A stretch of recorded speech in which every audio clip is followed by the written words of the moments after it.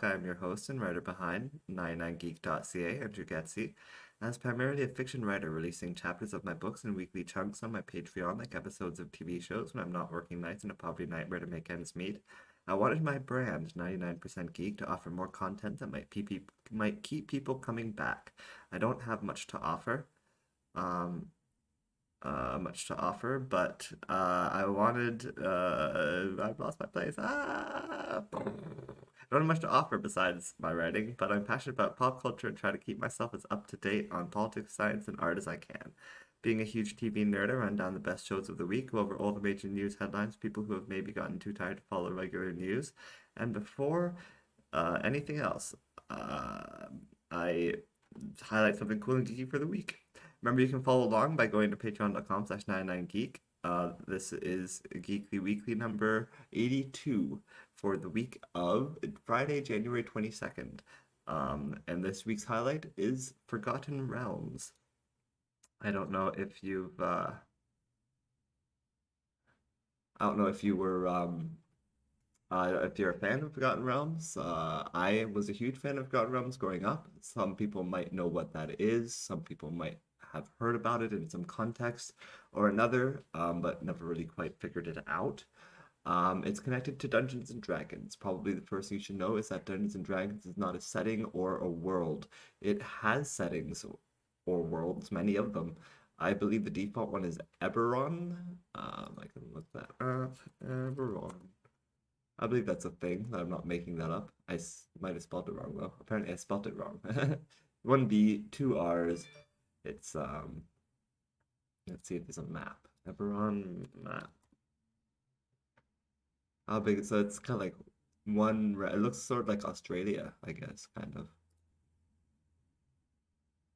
All right, anyway. So that is so when you see something that's like it's Dungeons and Dragons, I believe chances are it's going to exist in the world of Eberron, unless it has Forgotten Realms or Dragonlance or something else superimposed over, at which point those are specific settings, worlds that these campaigns or stories can exist in. There's some settings are modern day or futuristic. D&D is basically more like a rule set than anything else, I believe, is how it works. It looks like some things are complaining that the internet is. All right, everything okay? Nothing's glitching out or anything? All right, let's keep going. The most popular setting that I know of in Dungeons and Dragons, I believe, is Forgotten Realms.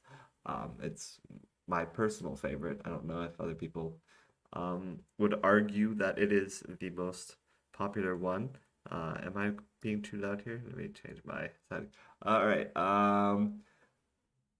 It's when you hear about setting like cities such as Baldur's Gate or Waterdeep or Icewind Dale or a place like Comir or if you hear about characters like Driftsteward or Elminster, maybe you've heard about the Sword Coast. All of that are nouns within the world of Forgotten Realms. In the land of Faerun, I believe Faerun is the name of the land.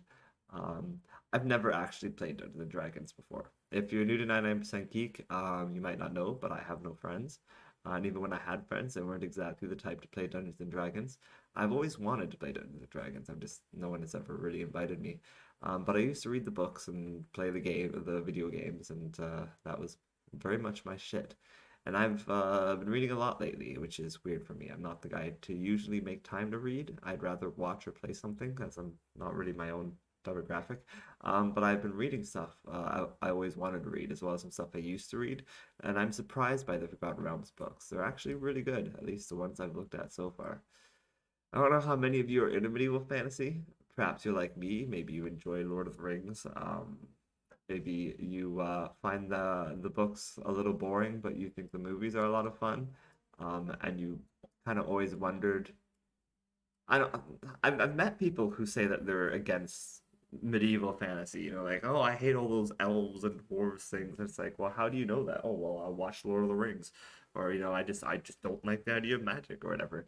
Um, it certainly is a genre that expands contains a lot of content from many different authors or many different worlds or many different um, properties that are medieval fantasy that have elves and dwarves, and it all kind of got started with J.R.R. Tolkien and expands from there. But as far as like which one is the one that's most approachable, the one that's most compelling, it's who knows? I mean, who has made that distinction? Personally, from what I've experienced, I think it's Forgotten Realms.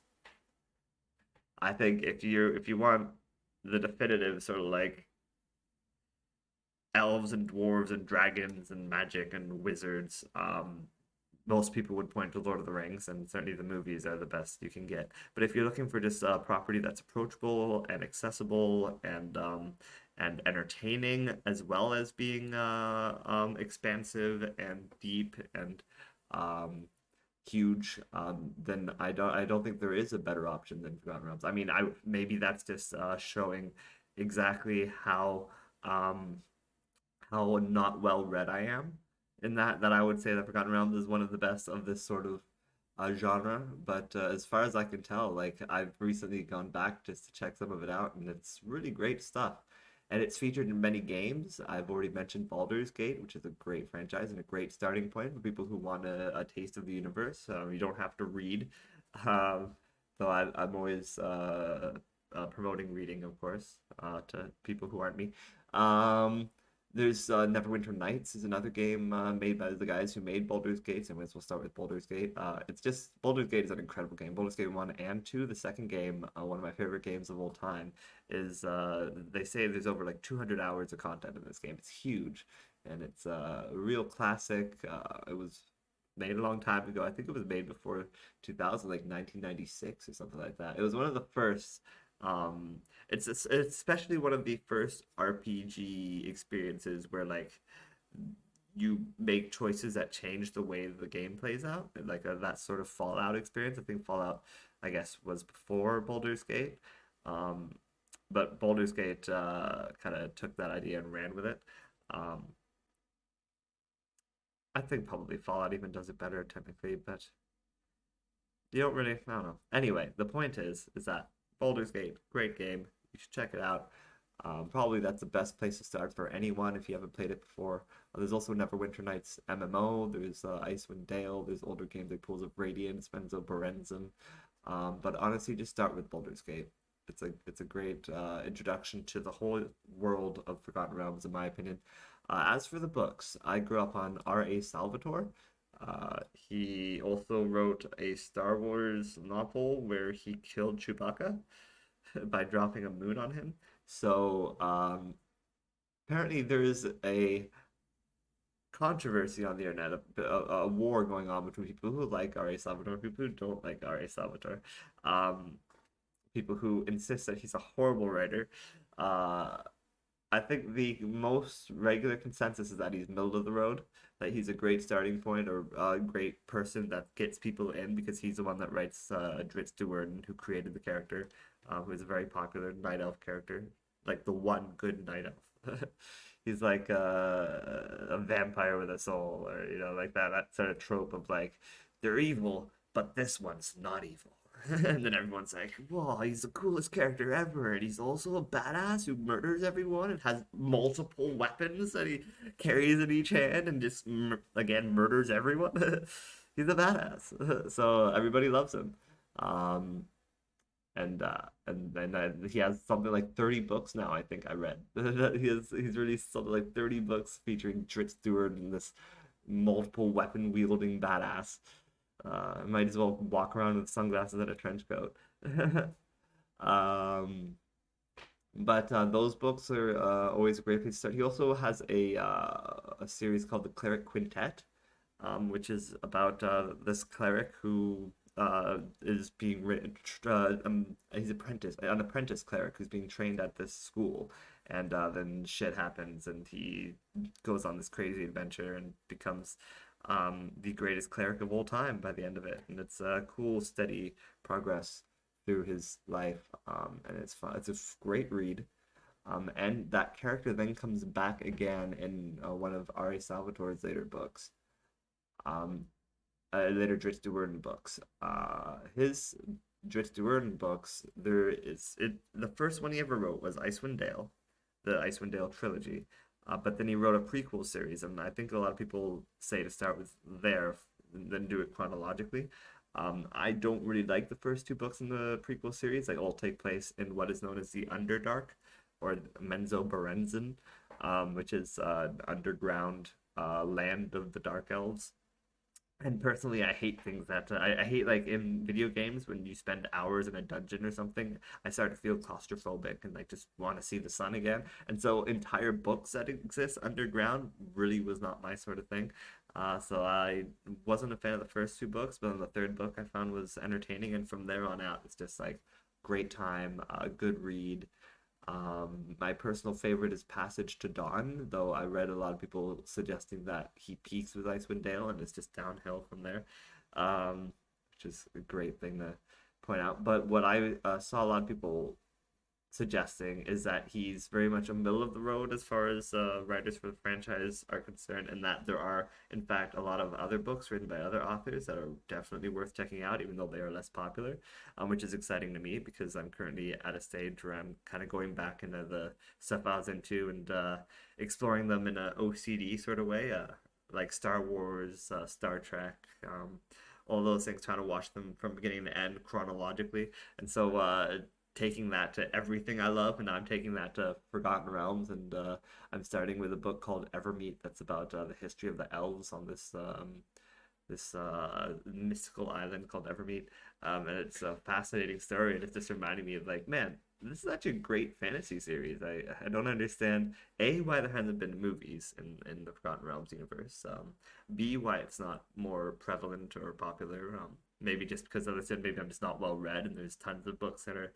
I read some people suggesting Dragonlance is a better version of Forgotten Realms. I never gave Dragonlance a chance. It always seemed really dumb to me.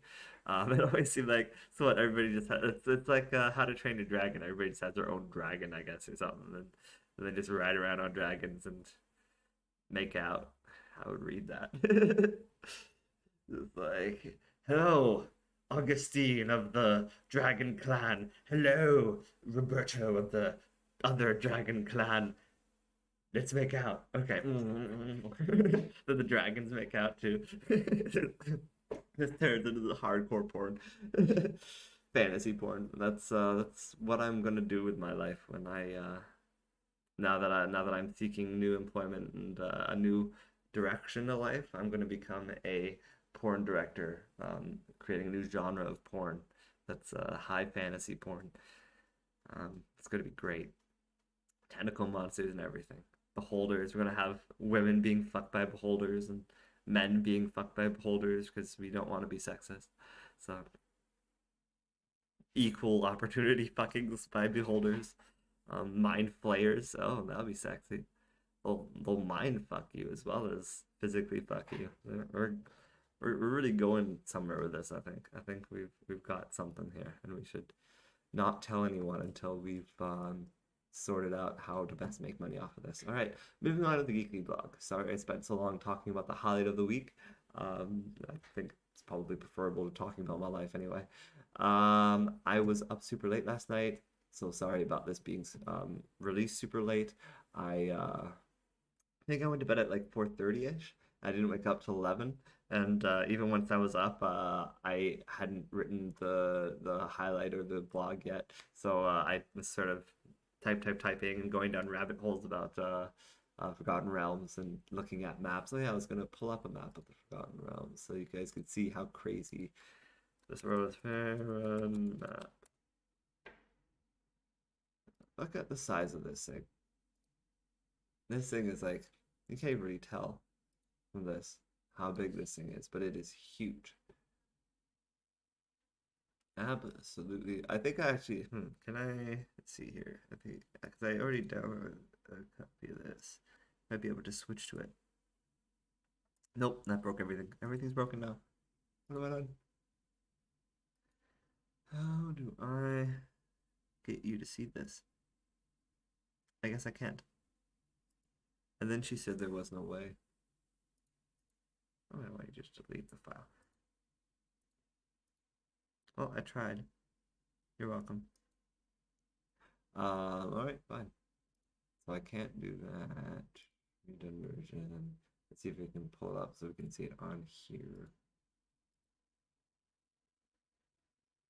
It is a huge, huge map.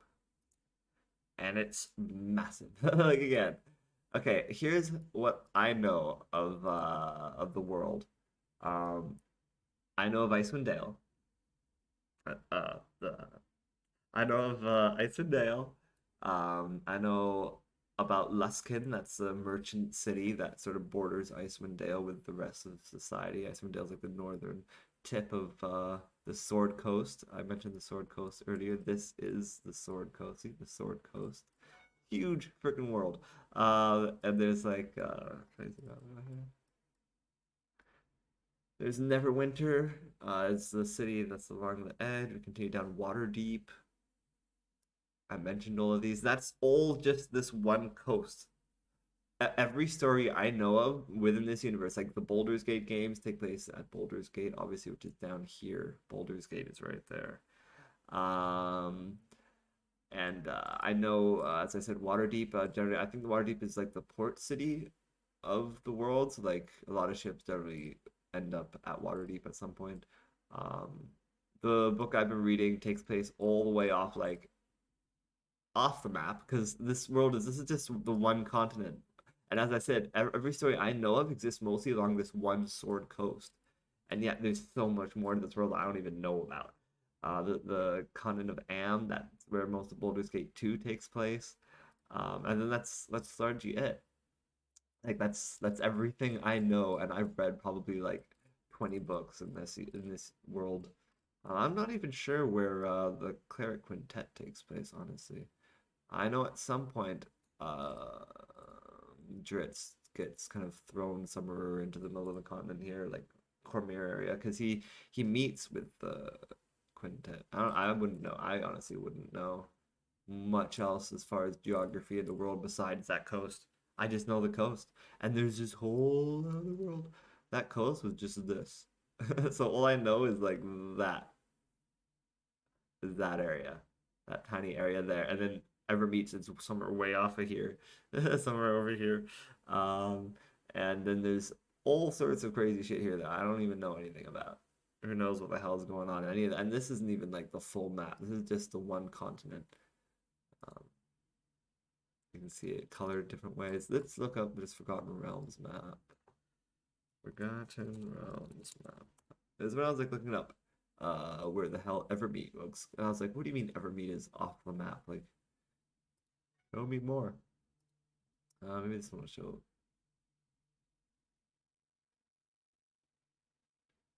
Evermeet.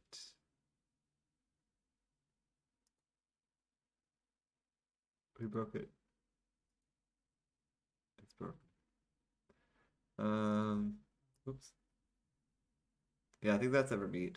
And then that's Maztica. And then a lot of it's Uncharted. There's a lot of Uncharted stuff. But so again, this part in the middle here was everything we saw on that last map. There's still all of this here and all of this here. So again, it's Sword Coast map. So usually when you see Forgotten Realms, you just see this. This is where most of the stories I think take place that I know of. Again, I don't know much. There's a lot more that I don't know than what I do know clearly about this. And so that is only this. That sword coast is only this, and then all of this is only this. And then there's a continent here. There's a huge continent here with whole kinds of established shit that I don't know anything about, but apparently it's established because you can see that there's like cities and shit, and roads and all kinds of shit. This thing down here, I think it's supposed to be closer to Evermeet from what I read. They call it the returned whatchamacallit, because it comes from like another planet. There's multiple planets. They have a whole solar system. And this planet, there's a planet that is the sister planet of this one, and apparently they exist on different planes of existence. And at some point, they traded islands. So this island apparently exists somewhere closer to over here by Evermeet, below Evermeet. But nobody really knows exactly where it is. It just showed up one day, and everyone's like, "What?" And then boats started appearing, and it comes from another planet. That's crazy. The I love this kind of weird lore and fantastical histories and things like that, and that kind of shit just tickles my fancy. Um, and there's all kinds of wonderful stuff like that to enjoy in the Forgotten Realms, and that's why I think it's totally worth checking out. And that's why I made it the highlight of the week. It's just this huge setting and universe where there's all these amazing stories, a lot of which I don't even know anything about, and histories and worlds and cities and heroes, and it's just cool. I'm telling you, Forgotten Realms, and it's again, it's just a setting, and you can play video games in this setting. You can role play in this setting using Dungeons and Dragons role playing rules. You can look up campaigns. You can look up the books. There's apparently hundreds of books out there now, something like 200 or more books out there. Comic books as well are available. I think most of the Dungeons and Dragons comic books are take place in the Forgotten Realms universe, unless otherwise. Like there's a comic called Adventures and Dragons, and that was in fact Forgotten Realms, um, as well. It wasn't Eberron. There are a couple Eberron-based Dungeons and Dragons books more recently. I think it was only recently that they specifically chose a default world, and even then, I don't know how much that's actually considered the default by most people. Um, other news, I'm getting really close to beating Hitman Blood Money. I've been slowly posting my progress on here, streaming that. Um, and just like Forgotten Realms, I've been OCDing all over Hitman, doing the games in order, like I'm doing with Forgotten Realms now. Um, and I'm at Blood Money. After Blood Money comes Absolution, and then comes the 2016 reboot, which I can just have download all the maps into the new game and play it all in the newest game, which sounds appealing. I don't currently have the money to afford the new game. I'm literally at like minus $18 in my account right now. Oops, things went from bad to worse this month, but I'll be getting paid on like Tuesday or something like that. It just sucks, with the um, insufficient funds fees and all that my bank threw at me. Um, because I didn't realize there was I cut things too close. I didn't realize that there was still a fee, the bank fee that needed to come out. You know, the monthly fee that you pay on your bank account that I should have predicted would happen because it happens every month. But that $15 put me below uh, just before a PayPal payment came in. And then that took me to the negatives, and then it bounced, and I'm getting insufficient funds fees. Like, Jesus Christ, I hate banks in the world. Um, so yeah, I'm not out of risk of starving or anything. I've got plenty of food in my kitchen and all that. So I'm just waiting till I have money again before I can buy anything, which is lots of not fun. But yeah, so I would play the new Hitman if I could, but I can't, so I don't. And thus is thus. Moving on from there. Do. I point out last but not least that yeah, so like Forgotten Realms, like what we were just talking about, Hitman, like Star Wars, Star Trek. I'm kind of going back into like all these franchises and just like doing them in order because I've got minor OCD when it comes to this kind of stuff. Not really in other places, but when it comes to this kind of thing, I'm always trying to see these franchises from the beginning and get a encapsulating kind of view of them, so I can be like, I know this thing now, and then I can move on to something else because it's how I consume the world, I guess. Anyway, moving on from there to the I didn't even get to where I meandered and forgot to get to the point. My point being that even withdrawing from nicotine, I can't ignore that there is still so much to absorb and consume in this world. And if anyone out there is feeling bored with all these increased lockdowns and COVID stuff going on and it never seeming to end, I just wanted to reiterate the fact that same as I was saying, I've said many times on this blog, um, you have no reason to be bored. You just don't. You honestly don't. If you're bored, contact me and I'll give you something entertaining to do that you'll have fun doing. And it'll be way more interesting than just sitting around being bored. So there's no reason anyone should ever be bored ever in this world. Absolutely no reason. It drives me crazy when I hear people talk about, I'm so bored. I hate that we're all locked down. There's nothing you can do. This world sucks. And it's like, Jesus fucking Christ. Chill the fuck out. Read a book, watch something. There's so much content at your fingertips that you can absorb and consume. Nobody should ever be bored, ever. There's more than you can ever experience in your lifetime. Don't be bored. Get out there and do something. Or stay in here and do something. But the point is, get your mind out there and do something. You know, like even though your body's in place, your mind, your imagination can wander. You don't need to be bored. Don't know how much I have to reinforce that, but it's true. Moving on from there, the Geekly Weekly TV rankings. Starting at the bottom, we got 5 shows on the ranking this week. Starting at the bottom with American Gods at 2 stars. Um, Honestly, I didn't hate this episode. I thought I was gonna hate it more than I did. I started out hating it. Um, the way it started, that whole I when I watched the first episode and it occurred to me that there was no weird trippy cutaway, and I was like, okay, maybe once they start doing like a cutaway like it used to do, you know, like that used to be like some of the best moments were the artsy cutaways that it would do. That would be really um uniquely directed or whatever. So I thought maybe once it starts doing that, it'll feel more like it did in the olden days. And it's opened this episode with one of those cutaways, and it was awful. It was just god awful. It was dumb. It was um, needlessly violent for no good reason.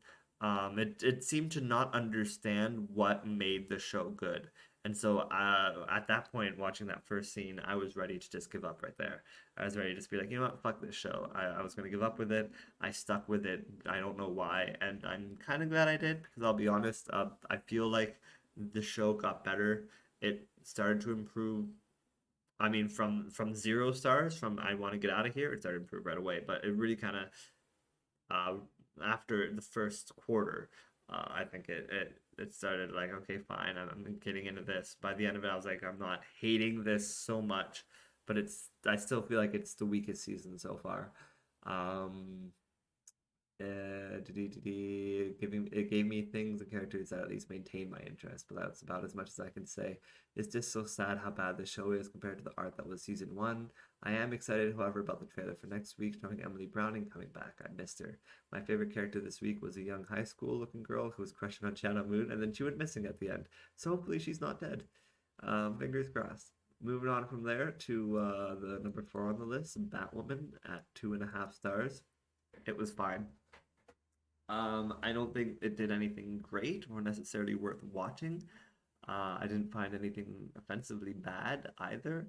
It just wasn't necessarily entertaining watching people mourn for a character who might not even be dead, but was written out just because the actress got bored.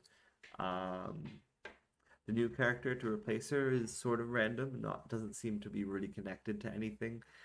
But she was fine, I guess.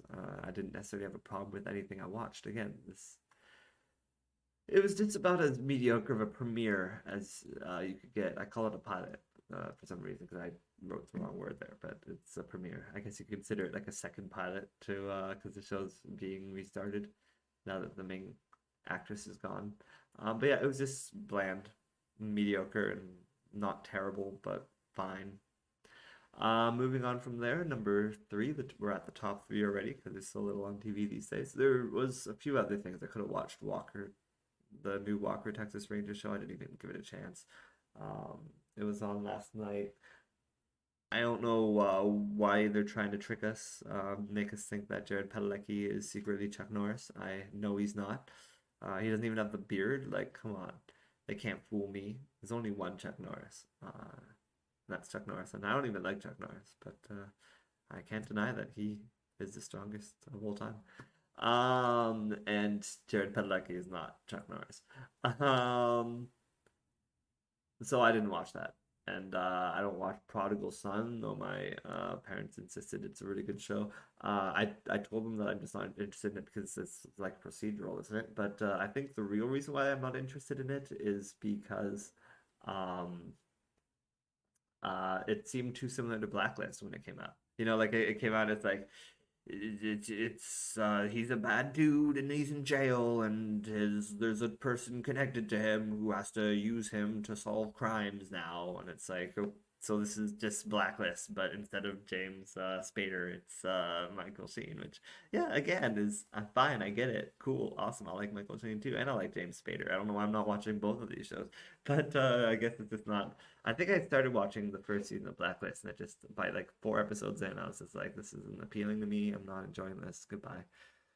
It's not my kind of shows. For the same reason that I watched, I think for the same reason I watched Joker this week, and I hated it. I just hated it.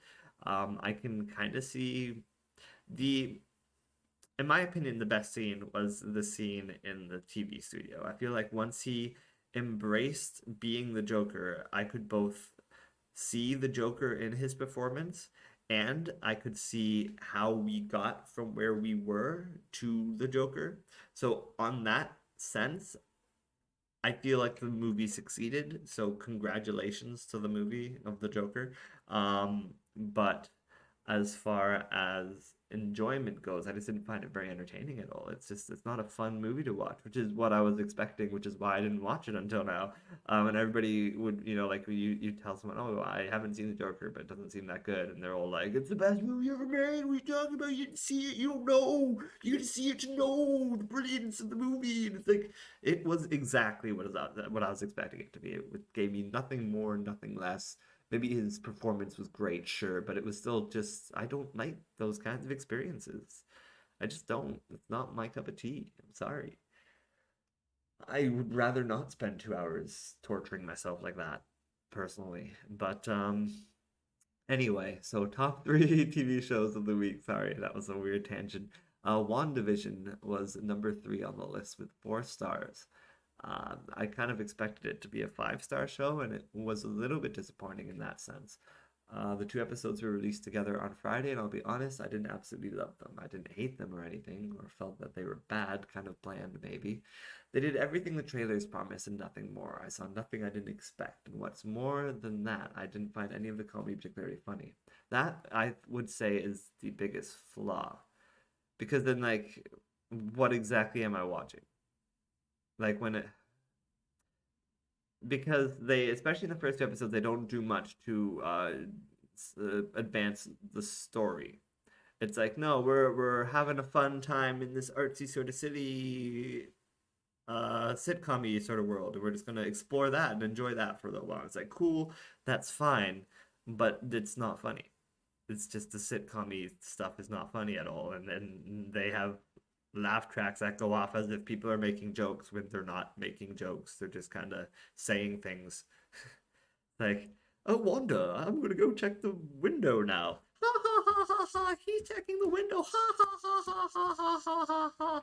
Oh, Wanda, you broke a plate on my head. Ha ha! You're indestructible. Ha ha ha ha ha! He's indestructible. Ha ha ha ha! It's like these aren't jokes. They're just observations.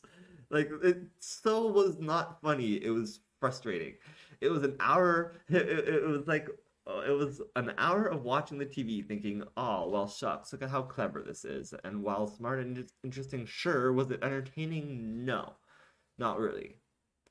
I think the second episode was a bit better than the first, and I look forward to see where it goes from here. I certainly am compelled by things, and love the universe, and I like the show, and I find things. I mean, I a couple of times, and I find things funny. I think the most compelling parts were where the reality would break. Like, for instance, during the dinner scene in the first episode, when the woman from when the one guy starts choking, and then the mom from that '70s show just keeps being like, "Stop it! Stop it! Stop it!" And it's like, what the hell's going? And it's almost like a broken record sort of things going on. You're like, what the hell is going on here? And it seems almost as if like she can't react realistically to the scene because she's not allowed to or something. My theory is that like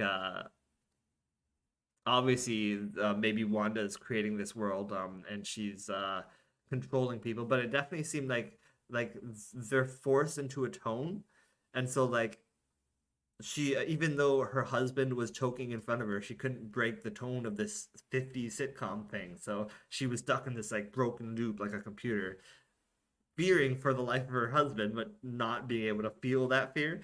Insane, just like mind bendy, awesome kind of shit. And that was kind of stuff that I think the show did best. I just wish for the amount of time it spent just trying to be a sitcom, I wish it was better at being a sitcom. Even like even the every I think every episode is going to start with a different theme song. And even the theme song for the first one was just like it seemed poorly written. It didn't seem like a 50s sitcom song. It seemed like some guy quickly, it seemed like I had quickly written, oh, let me do a quick parody of a 50s sitcom song. And then I wrote something that was just like rhymed the first two words that I thought of. And yeah, like it wasn't particularly clever or rhythmically interesting, or it was just it's just they're trying to parody or ape this or take inspiration from these sitcom-y type shows, but yet it can't reach the same quality of those shows. And then it's like, well, then what am I watching here? This isn't good then. Um, in those senses. But again, that's when it's trying to embrace that. I feel like the underlying story is where the interesting part is. And it's just too bad that they couldn't create and make that surface stuff as interesting or at least compelling on its own without that underneath. Moving on from there to number two on the list, The Stand with 4 stars. Once more, this was actually a really good episode of the show. Last week, I think I said it was the best episode yet, and this one again, I think is the best episode yet. Instead of having one really compelling moment, this one had something like three. There was a moment with Flag in the elevator. It was like, what the fuck? There was a moment with the bomb. I really loved everything with Franny and her confronting Harold. That was great. I loved everything with the guy Moon spells moon escaping from Vegas. That was all really good. It was a really good episode. It's still I feel like the show still has the same weaknesses that it's always like it still hasn't fixed its weaknesses so much as I think just being with the show long enough, I'm starting to kind of I don't know. It was a good episode. I goodbye Nick. We never had the chance to fall in love with you like we did Rob Lowe. It's still the show still feels like it's that it's just trying to rush through its story. But I feel like this episode was the story it was trying to rush to, and so like we're there and it's finally slowing down. And I'm finally like getting I'm spending enough time with some of these characters that I can feel for them, even though Nick was not one of them. But like I do enjoy Franny's storyline, as I said, and the third spy that Moon spells moon. I somewhat compelled to I want him to escape. I enjoyed him trying to figure out what the note said, and then he asks the girl, and she's like, "Run! It says run. You can't read run." He's like, "Oh shit, I gotta run!" And then he gets the fuck out. Great, I love it. It was a pretty decent episode this week. So 4 stars. It's still not as strong as it should have been, but this is probably the peak it's gonna get to. So I yes, that said, Ezra Miller was rough. He was rough. I think some people loved his performance. He was rough. I don't know. Anyway, number one on the list, Family Guy. Actually, is the best show of the week somehow. I don't know how that happened. I even almost gave it 5 stars, and then I took off half a star because I just couldn't bring myself to do that. Um, I can't believe it either. The only thing that kept me from giving it 5 stars is I felt the chicken storyline was a little weak. I've always felt the chicken storyline was a little weak. I enjoy um, the concept of yeah, he gave me a bad coupon. So now for 3 straight things, we're just gonna beat the shit out of each other. And I'm like, that's funny, and it's funny that it goes on for a really long time. Where they lost me with the adult chicken was then trying to bring more depth to it after that. When it got into like the episodes where you were introduced to his family and then like it just they tried to get too clever with it and it got to the point where they lost me a bit And this one I don't feel like has that issue. In fact, it almost seems like they are um this is too loud, isn't it? It almost seems like they are acknowledging that they went too far with it, and hence they're doing the storyline of killing off the chicken. If I remember correctly, he survived at the end of it, so whatever. But I think that's why they were doing the storyline is because they had the same sense I did. But so I think what was the weakest thing about the episode was just the fact that meta-ness of the chicken storyline was the least entertaining, an interesting part of the episode. Um, but everything else around it was just nonstop funny. Um, it still brought this amount of humor from the episode. With Peter's. Ah, yes, that's right. Also, Peter became a nurse, and that was dumb, and that was also part of the main plot. So, like, everything to do with Peter's the A plot was kind of like not great, or particularly funny. And so, how did this get in the first place? Well, because everything else surrounding that was just hilarious.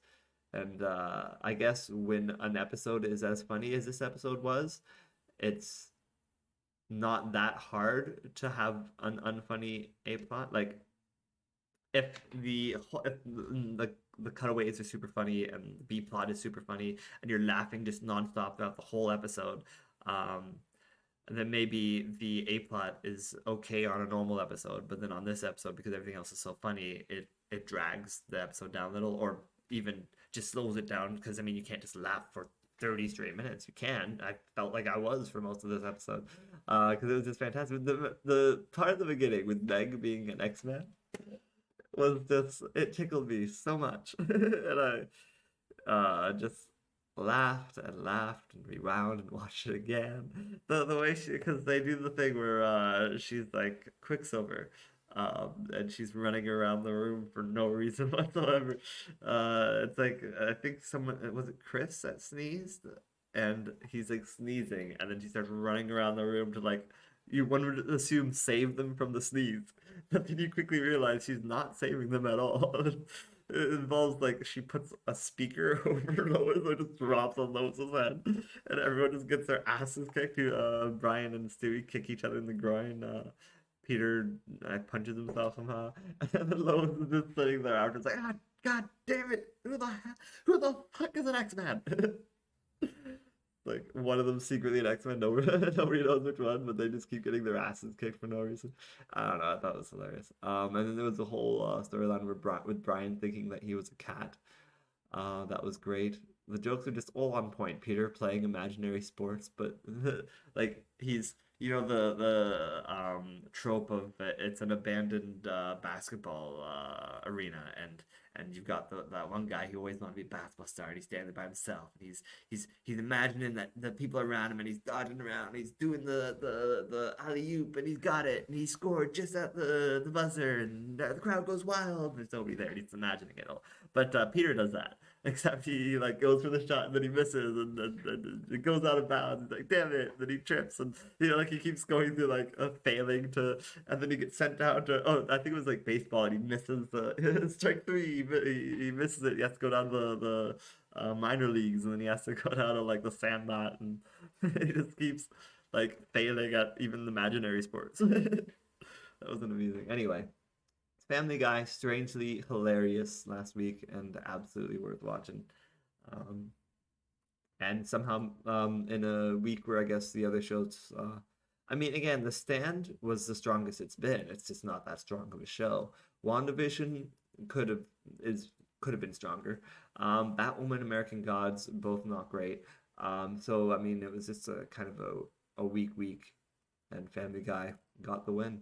So congrats to Family Guy with that top spot this week as the best show of the week. Who knew? Anyway, moving on from there to the Geekly news headlines, most important part of the podcast, and by this point everybody's already left.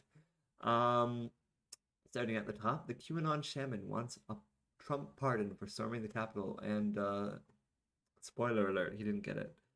But let's hear his side of things before we get to that.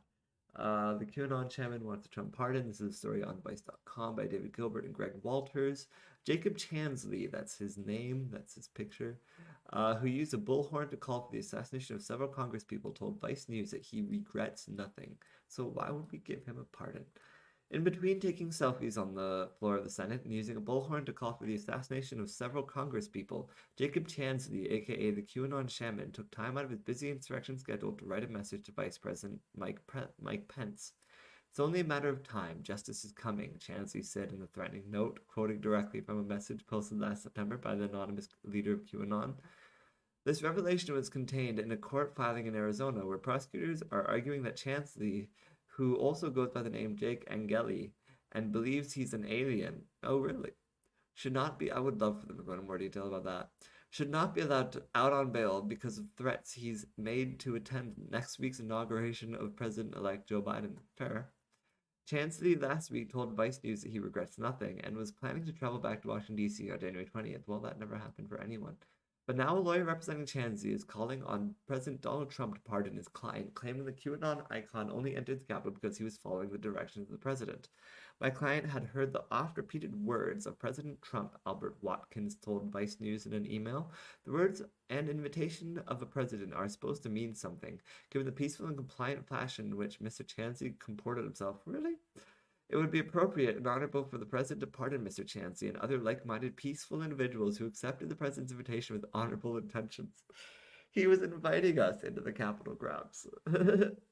Moments before the pro-Trump mob descended on the Capitol, Trump told his supporters in a speech in front of the White House that we will walk down to the Capitol and together we will drain the Washington swamp. We will clean up the corruption in our nation's capital. Trump was this week impeached for willfully making statements that encouraged lawless action at the Capitol. I mean, that you can't. I've heard so many people be like, oh, well, people aren't looking at his speech properly or they're misquoting it. It's hard to misread that as like not inciting a riot. Like that, he should be arrested. That's enough to arrest someone. He's telling them to storm the Capitol. That's insane. Prosecutors say Chansley committed a felony because he was wearing a deadly weapon into the building. Wearing. That helmet, you know. The weapon was a 6-foot spear, complementing the rest of his costume, which included horns, a furry coyote tail headdress, red, white, and blue face paint, and tan pants. The shirtless Chansley, whose torso is covered in tattoos of symbols linked to the white supremacy movement, good job with that, was also carrying a bullhorn, which the filing says he used to rile up the crowd inside the building. Chansley approached Capitol Police Officer Keith Robichaud and screamed, among other things, that this was their house and that they were there to take the Capitol and to get congressional leaders, affidavit said. Chansley also used his bullhorn to communicate that they were there to take out several United States congressmen. Defending his client on CNN on Thursday night, Watkins called Chansley a gentle, soft-spoken human being. He is not a violent man. He was just carrying a spear and encouraging people to murder. Not violent at all, covered in hate speech, painted in war colors, carrying with a Viking helmet. Very soft-spoken gentleman, not violent at all. The prosecutors say Chansley is a flight risk and poses a danger to the public. He is unhinged from reality, while his actions at the Capitol demonstrate a willingness to act on those mistaken beliefs, the filing reads. He is a flight risk due to this combination. During an interview with FBI on January 9th in Phoenix, Chansley told agents that he planned to drive to the Arizona State Capitol. To prove his point, he showed them his costume that he had in his car, which now included a rubber hammer-shaped mallet. Pre-trial services PTS report submitted on January 11th recommended that Chansley be granted bail, even though it recognized he posed a flight risk. However, the prosecutors argued in Thursday filing that Chansley had lied to the PTS officer when he said that he had never tried any other drugs other than cannabis. The prosecutors pointed to a litany of freely available online records of Chansley admitting routine use of psychedelic drugs such as mushrooms and peyote, including on his own podcast called Jake Angeli, Keys for Our Ascension. Of course he has his own podcast, and he lies, contradicting his own What I've had to use my podcast for is like, look, I talked about this on the podcast years ago. This isn't something I'm making up. You know, if people really want to fight me on this, go back and read the thing that I was talking about then. So even I've used that. So like the idea that people aren't going to fact check you is just, especially when you become as famous as this guy. Prosecutors also argued that Chansley's mental health had not been properly assessed by the PTS, as well as being a deterrent to QAnon conspiracy theory. Chansley has openly admitted to his belief that he is an alien, a higher being, and he is here on Earth to ascend to another reality. Reminds me of that Lower Decks episode where the guy tries to ascend to a higher reality, and then at the end he makes it, and it turns out it's a really painful and horrible process, and he does not enjoy it at all. Yes. Anyway, next, not real news. A look at what didn't happen this week. Sounds interesting. I'm curious to hear what this has to say. This is a story by the Associated Press. It doesn't say exactly who. Possibly multiple people. Here's a roundup of some of the most popular but completely untrue stories and visuals of the week. None of these are legit, even though they were shared widely across social media. This is why I thought it would be interesting to check this out. So, the Associated Press, check them out. Here are the facts. Videos do not show Capitol riders on no-fly list who were removed from flights. The claim, videos show Capitol riders who were removed from flights because they are on the federal no-fly list. The facts, after violent mobs stormed the Capitol on January 6, social media users began sharing videos of people in airports or being escorted from planes with claims that they had been placed on the federal no-fly list for taking part in the Capitol insurrection, which is something people asked for. Two videos that circulated widely involved passengers who were removed from American Airlines flights that originated at Charlotte Douglas International Airport in Charlotte, North Carolina. The incidents occurred before Senate Democratic leader Chuck Schumer on Tuesday called on the FBI to add anyone who was identified breaching the Capitol last week to the no-fly list, part of the U.S. government's terror screening database. American Airlines reviewed the videos and confirmed with the Associated Press that in both incidents, the people were removed because they refused to wear face masks as mandated by the airline in response to the COVID-19 pandemic. So, what I don't understand is this um, Republicans saying, "Oh my God, they've taken our people off the fly list," or is this Democrats saying, "Yes, they've taken these people off the fly list" when they really haven't? Either way, apparently it's wrong. So, so they are not being taken off for riding, but people are being taken off the planes for not wearing their face masks. The video first posted on TikTok on January 10th captures a man yelling profanities, but this is what they do to us. They kick me off the plane, they call me a fucking Karen, and they want to fucking ruin my life by making you wear a mask? American Airlines spokesperson, I mean, that's more interesting story anyway. Derek Walls told the Associated Press in an email that the customer was asked to deplane for refusing to comply with our mandatory face covering policy. Brilliant. Those unwilling to comply with American face covering policy at any time during the journey may be denied boarding or barred from future travel for the duration of the policy, Walls wrote. Another clip shows federal air marshals escorting a woman from her seat after an American flight landed because she refused to wear face masks. Passengers clapped while officers followed her out of the flight. Another one, #no-fly list, falsely wrote one Twitter user who shared the video. I still don't know. The post had over 600,000 views. However, a Twitter user shared an earlier video showing a scene that led up to the incident. In the clip, the woman isn't wearing her face mask and yells, "If we don't stand up, it's only going to get worse." Passengers on the plane can be heard in the video saying, "Put your mask on." Walls said the incident occurred on January 11th during an American Airlines flight from Charlotte to Ronald Reagan Washington National Airport. Following multiple requests to comply with mandatory face covering requirements, one passenger stood up and began yelling at flight attendants and surrounding customers. Federal air marshals intervened to help de-escalate and maintain control of the situation. Because, I mean, what are federal air marshals there for if not to take care of a situation like that?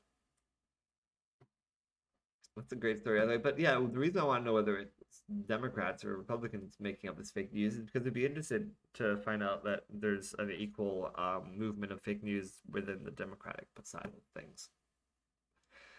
Anyway, FBI did not issue statement clearing Trump for Capitol insurrection. This sounds like fake news created by the extreme right, if I ever saw one. The FBI has cleared President Donald Trump of any guilt, any connection to the January 6th attack on the Capitol. The facts. The federal law enforcement agency has not made such a statement. On Wednesday, the U.S. House of Representatives voted to impeach Trump for incitement of insurrection.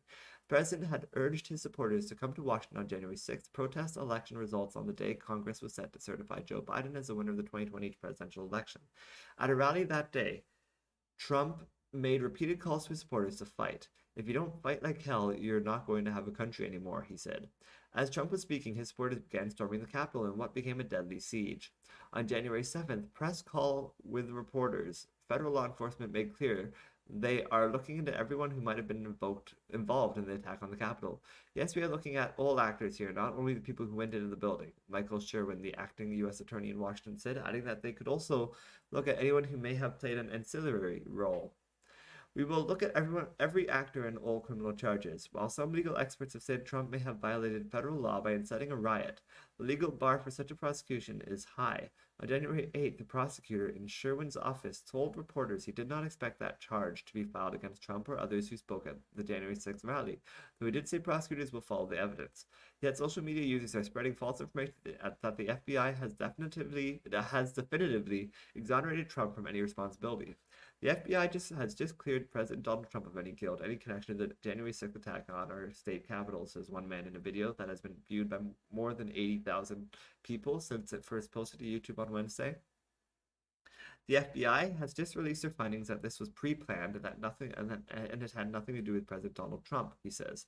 He later adds he was partially impeached on this bull nonsense, but there is no record of the FBI making such a statement as is described in the video. In response to an inquiry from the Associated Press, a spokesperson for FBI wrote, "We will direct you to the FBI Wanted Capital Violence filings for related information statements." It's a website made by the FBI, and the AP review of the site did not surface any FBI statements that matched the one quoted in the video. The FBI would not make a statement like that, said Mary McCord, a former federal prosecutor who is currently legal director at Georgetown University Law Center's Institute for Constitutional Advocacy and Protection. McCord, who has said she believes the criminal investigation of Trump is warranted, said the FBI does not have the authority to clear someone of a crime. Another former federal prosecutor, Laurie Levinson, who teaches at Loyola Law School, told the AP it is far too early to have a definitive answer from the federal agency. It is not how the FBI works. They are in the midst of a huge investigation. Within 6 days of the Capitol breach, the FBI announced it had opened 170 criminal cases. Interesting. Moving on. A letter still within the same thing of breaking down false news and finding the truth. A letter supposedly from Pelosi to Mayor of Portland, Oregon was fabricated. In an August letter, this is a claim, in an August letter, House Speaker Nancy Pelosi encouraged Portland, Oregon Mayor Ted Wheeler to adhere to the Democratic playbook and blame President Donald Trump in response to riots and protests taking place in the city following the death of George Floyd. The letter was fabricated. These are the facts. The letter was fabricated. The rioters were photographed in Pelosi's office during the storming of the U.S. Capitol. Letter attributed to Pelosi about the protests in Portland months earlier began circulating on social media. The good guys now have Pelosi's laptop, so now we can read Democrat House Nancy Pelosi's letter to Portland, Oregon Mayor Ted Wheeler. In this letter, Demon Pelosi admits to both fraud and media complicity to fraud. One Facebook post said. The made-up letter claims that Pelosi told Wheeler that she had seen his response to the riots in August and that he should stick to the proven Democratic playbook. The letter, which uses informal language and features poor grammar, also includes a fake signature. Wow.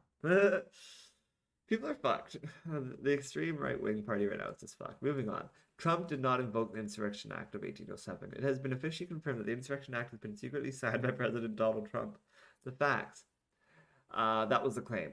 The facts. The president did not invoke the Insurrection Act of 1807 in an effort to stay in office. To do so, he would have to make a public declaration giving clear reasons for the move, which allows the president to call on the military to address a domestic crisis.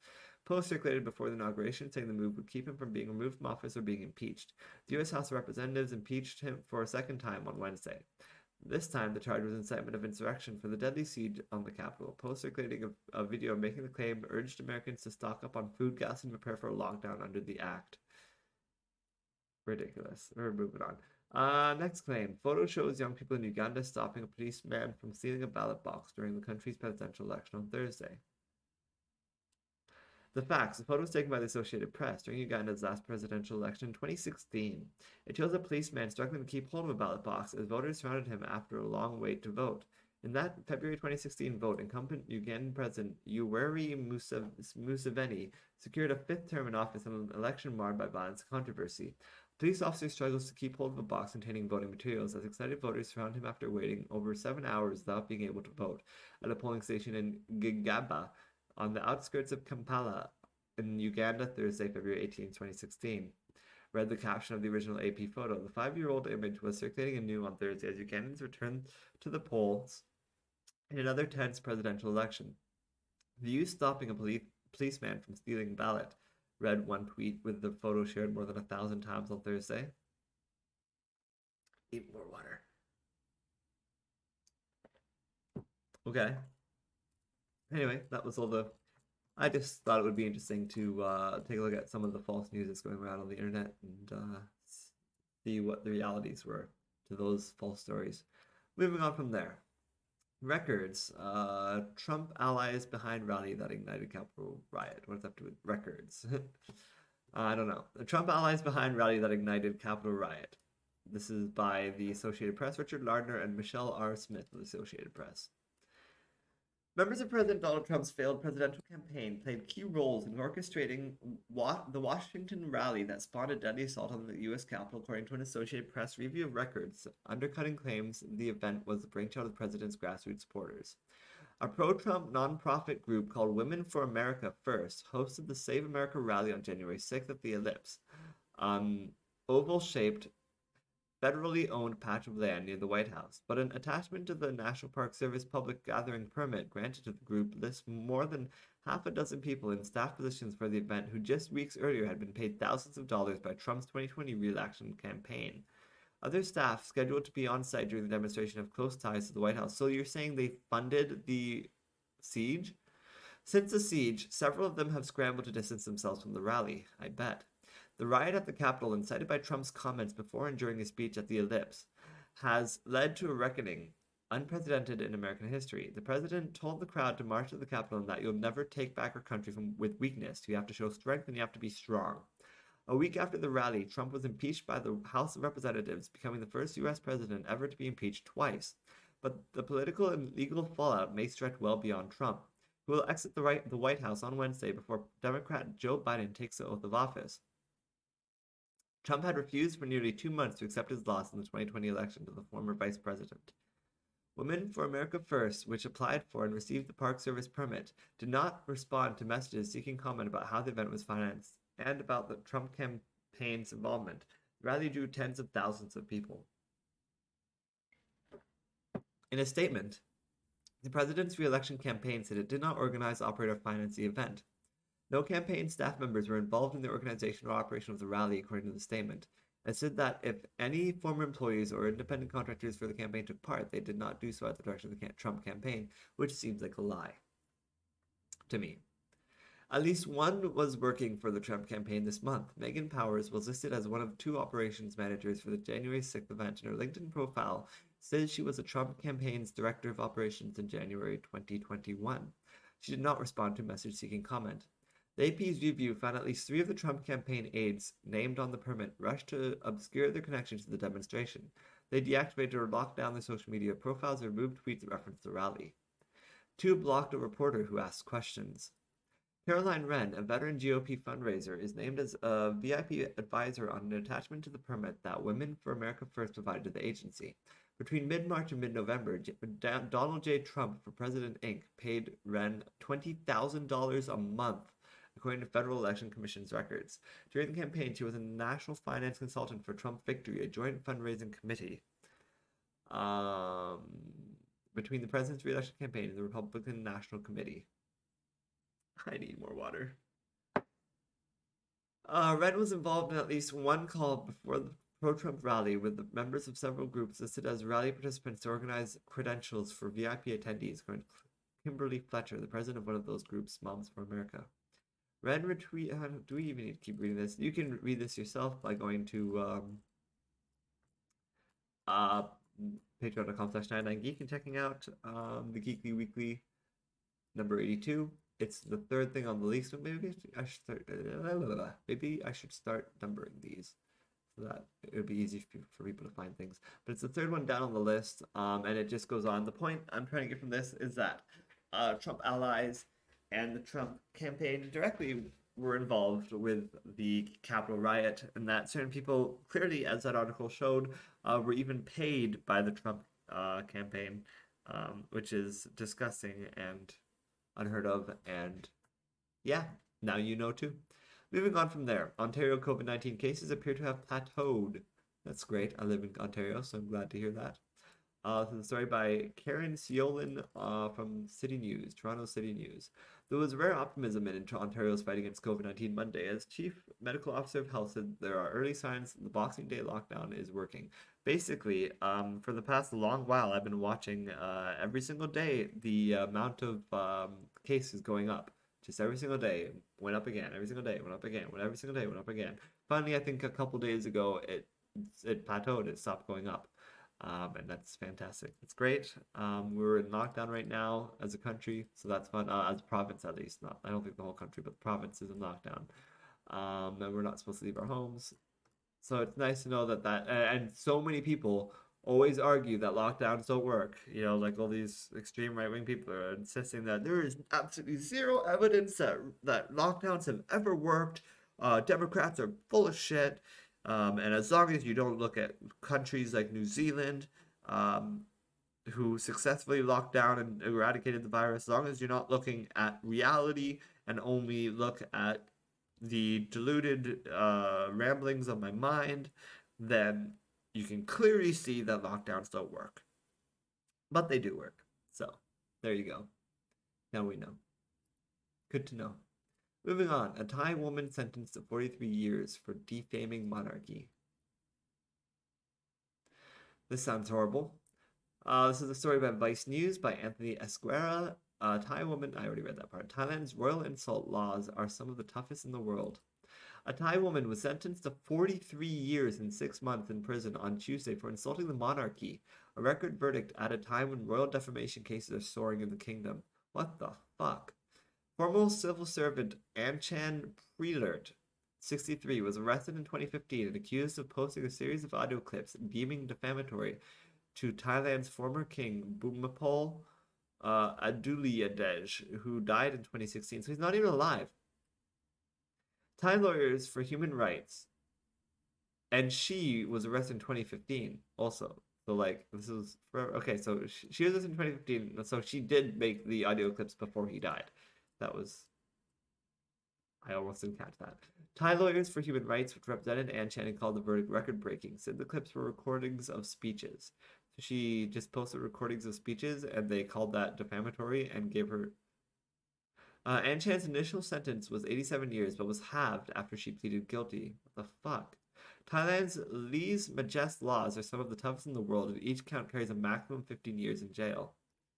A youth-led pro-democracy movement challenged the law during mass protests in Thailand last year that focused on the wealth and political influence of Bhumibol sons and successor King Maha Vajiralongkorn.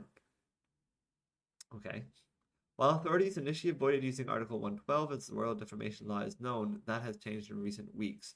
Though Anchan's case dates back 6 years, rights groups see the harsh sentence as yet another attempt to send a message to would-be critics of the monarch, who is seen as beyond criticism and semi-divine. Doesn't that sound like medieval? Like, what the fuck?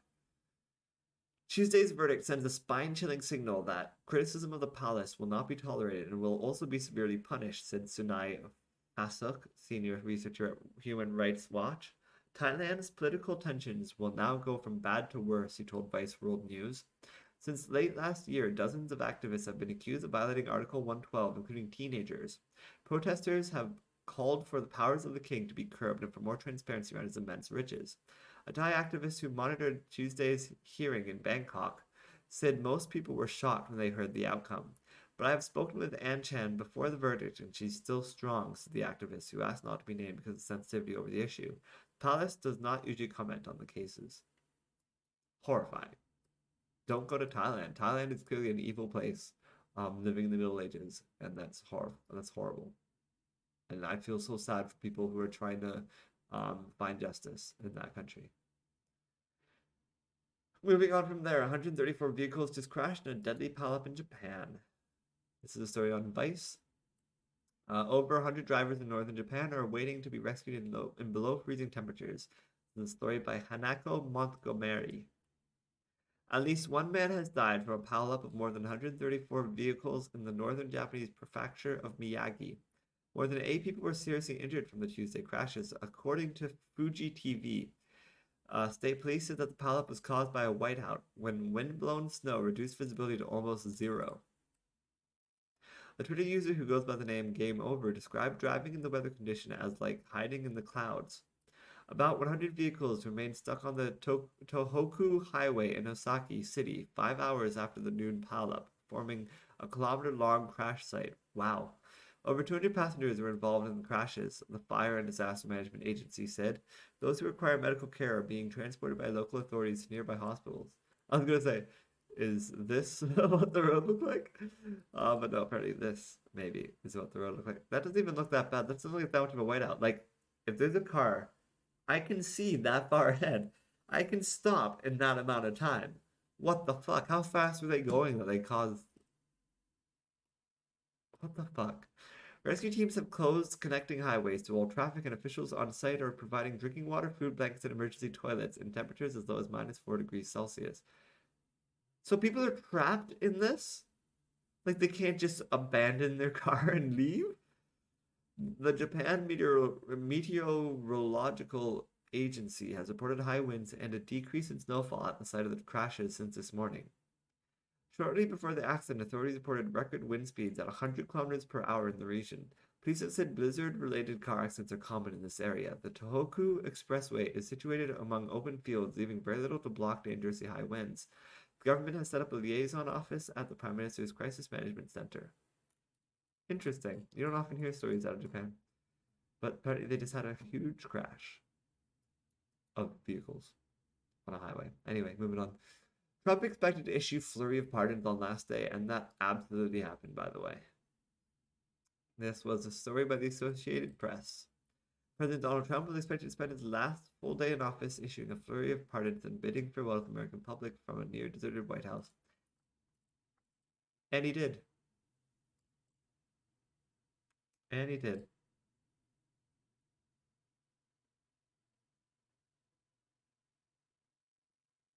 Anyway, we don't need to talk about what could happen because that did actually happen. Monarch butterfly population moves closer to extinction. This is another story by the Associated Press. Olga R. Rodriguez. Monarch butterfly population moves closer to extinction. This is a story from San Francisco.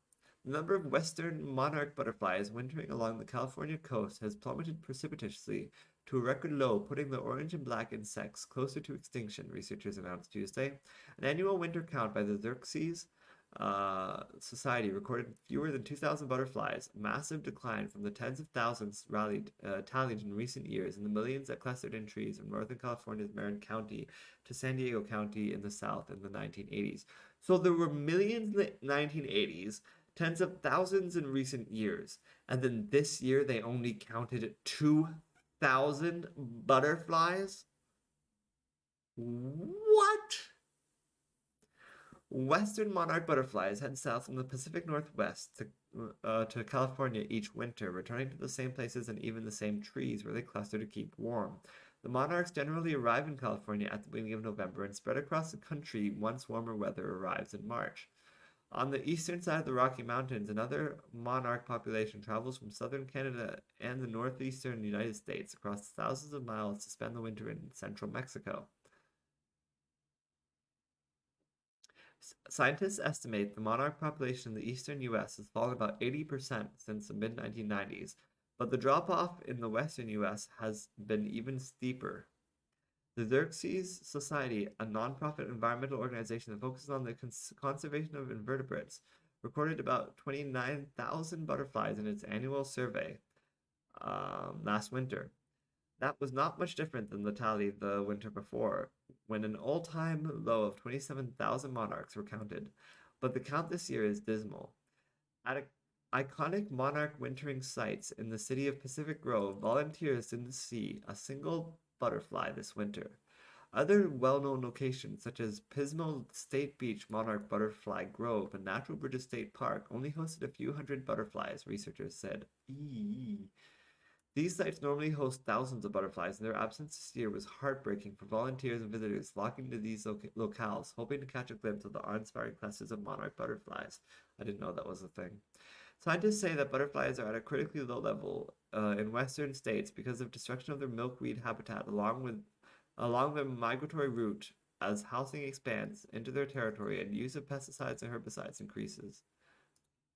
Researchers have also noted the effects of climate change. Along with farming, climate change is one of the main drivers of the monarch's threatened extinction, disrupting an annual 3,000-mile, 4,828-kilometer migration sync to springtime and the blossoming of wildflowers. Massive wildfires throughout the U.S. West last year may have influenced their breeding and migration, researchers said. And it goes on a little bit longer, but I think we get the point. Monarchs are dying, and it's bad. Screen Actors Guild may discipline and expel Donald Trump. This is fun. This is a story by Jake Coyle of the Associated Press out of New York. After leaving the White House, President Donald Trump may lose his SAG card too. The Screen Actors Guild said Tuesday that the SAG-AFTRA board voted overwhelmingly that there is probable cause that Trump violated its guidelines for membership. The charges, the Guild said, are for Trump's role in the Capitol riot on January 6th and in sustaining a reckless campaign of misinformation aimed at discrediting and ultimately threatening the safety of journalists, many of whom are SAG-AFTRA members. If found guilty by a disciplinary committee, Trump faces expulsion. Trump has been a SAG member since 1989. His credits include The Apprentice, Saturday Night Live, and many cameos in films and TV series, including Home Alone 2, Lost in New York, The Fresh Prince of Bel-Air, and Sex and the City. The SAG board acted in response to a request from Gabriel Carteris, the Guild's president. Donald Trump attacked the values that this union holds most sacred: democracy, truth, respect for our fellow Americans of all races and faiths, and sanctity of the free press, says Carteris in a statement. There's a straight line from his wanton disregard for the truth to the attacks on journalists perpetrated by his followers. But then why didn't they do this before, when he was still president? Why did they wait until now? Online petitions have recently circulated to have Trump removed from some films. One is trying to rally support to have President-elect Joe Biden digitally substituted for Trump in Home Alone 2. I think that's dumb, but I would love to see it. That's great. Moving on from there. Trump pardoned Steve Bannon, but not Assange, Snowden, or Joe Exotic. Tell me more. So this is based on that story that we saw earlier that I mostly skipped. In the final hours of his presidency, Trump used his powers to help those close to him and his family and Little Wayne. This is a story by David Gilbert on Vice.com. In what's likely to be his final act as president, Donald Trump announced in the early hours of Wednesday morning that he would be pardoning or commuting the sentences of 143 people, including many of his own friends and allies. He issued full pardons to former strategist Steve Bannon, GOP fundraiser Elliot Broidy, and rapper Lil Wayne. But those not on the list include WikiLeaks founder Julian Assange, whistleblower Edward Snowden, TV star Joe Exotic, and Trump's personal lawyer Rudy Giuliani. Good. Supporters of Assange, who's still facing extradition to the U.S. from the U.K., and Snowden had hoped to see them pardoned. Chelsea Manning had her sentence commuted by Barack Obama 4 years ago. Trump also decided against issuing himself or any of his family members preemptive pardons. But just as he has done throughout his time in office, on his way out the door, Trump is using his presidential power to help many of those close to him and his family. Bannon's pardon was perhaps most surprising, given the former advisor fell out with Trump and his family in 2018 following the release of Michael Wolff's book Fire and Fury, in which Bannon attacked Trump's adult children. But Bloomberg reported this month that Bannon had returned to the Trump fold in recent weeks as the president struggled to find a way to overturn the election results. Bannon was arrested and charged last August with defrauding hundreds of thousands of Trump supporters who paid into the Build the Wall fundraising campaign over a private border wall. I love how Trump seems to have the memory of a goldfish, where it's just whatever you've done for him lately is all he cares about. While almost all of the other entries on the list name at least one other person who supported the decision to pardon them. The entry for Bannon lists no such supporter. Nobody supported the decision but him. He simply says he was facing charges related to fraud stemming from his involvement in a political project. Mr. Bannon has been an important leader in the conservative movement and is known for his political acumen. However, Bannon still faces legal risks, as Trump's pardon does not protect him from state-level prosecutions, and as legal analyst Ali Honig tweeted, now the feds at SDNY need to walk the Bannon case file across the street to the Manhattan DA. Theft is theft. It's a state crime, too. Broidy is another example of a Trump world ally who received a pardon. A major Republican fundraiser and organizer of Trump's inaugural committee, Broidy has in the past been accused of helping Trump cover up his extramarital affairs. Broidy pleaded guilty last fall in a scheme to lobby the Trump administration to drop an investigation into the looting of a Malaysian wealth fund. The note on the White House website about the pardon said Broidy was well known for his numerous philanthropic efforts. Also pardoned was Ken Kurson, a former editor of the New York Observer and a close friend of Trump's son-in-law, Jared Kushner. He was charged last October with cyberstalking during a heated divorce, and the note on the White House website quotes his ex-wife saying she thought his arrest was disgusting.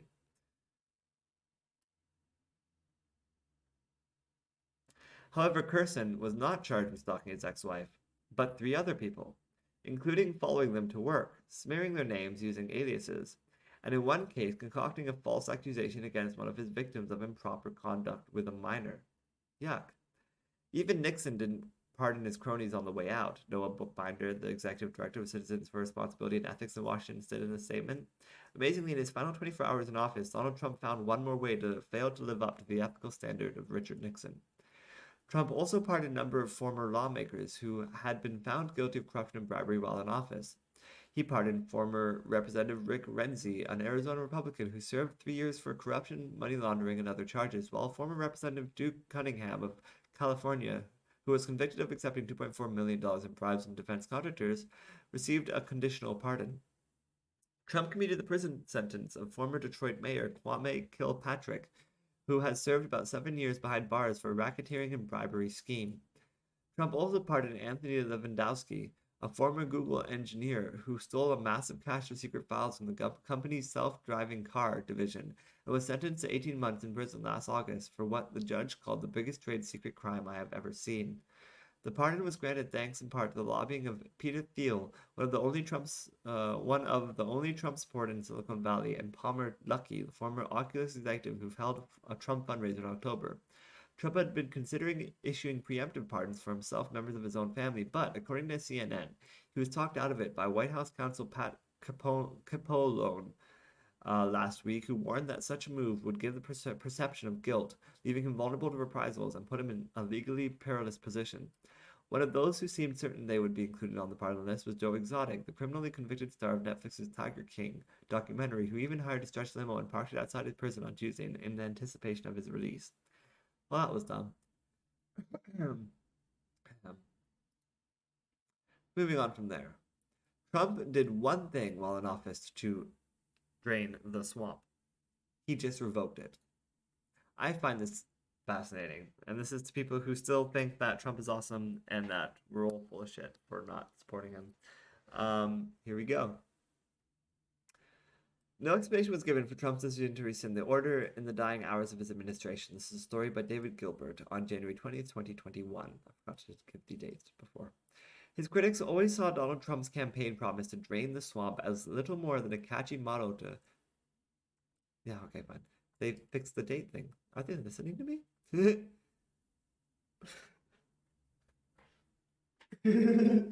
Fuck.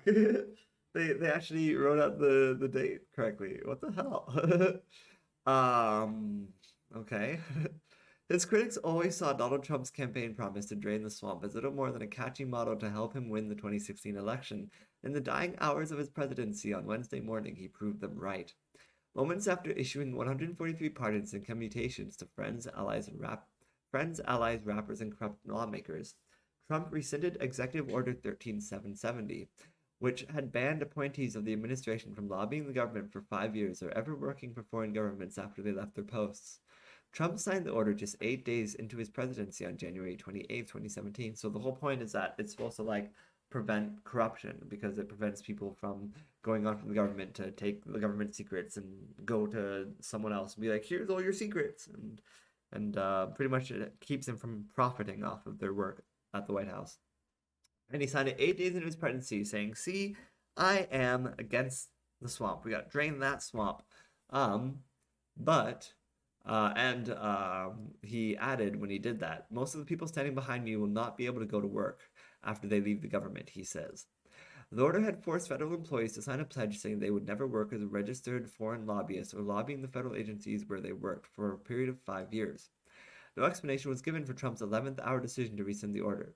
So he signed it within 8 hours of becoming president, and then he unsigned it within 11 hours of not being president. Or I think that's just a turn of phrase saying 11th hour, but within the final moments of his presidency, he then reversed his own law that was supposed to prevent him from being corrupt.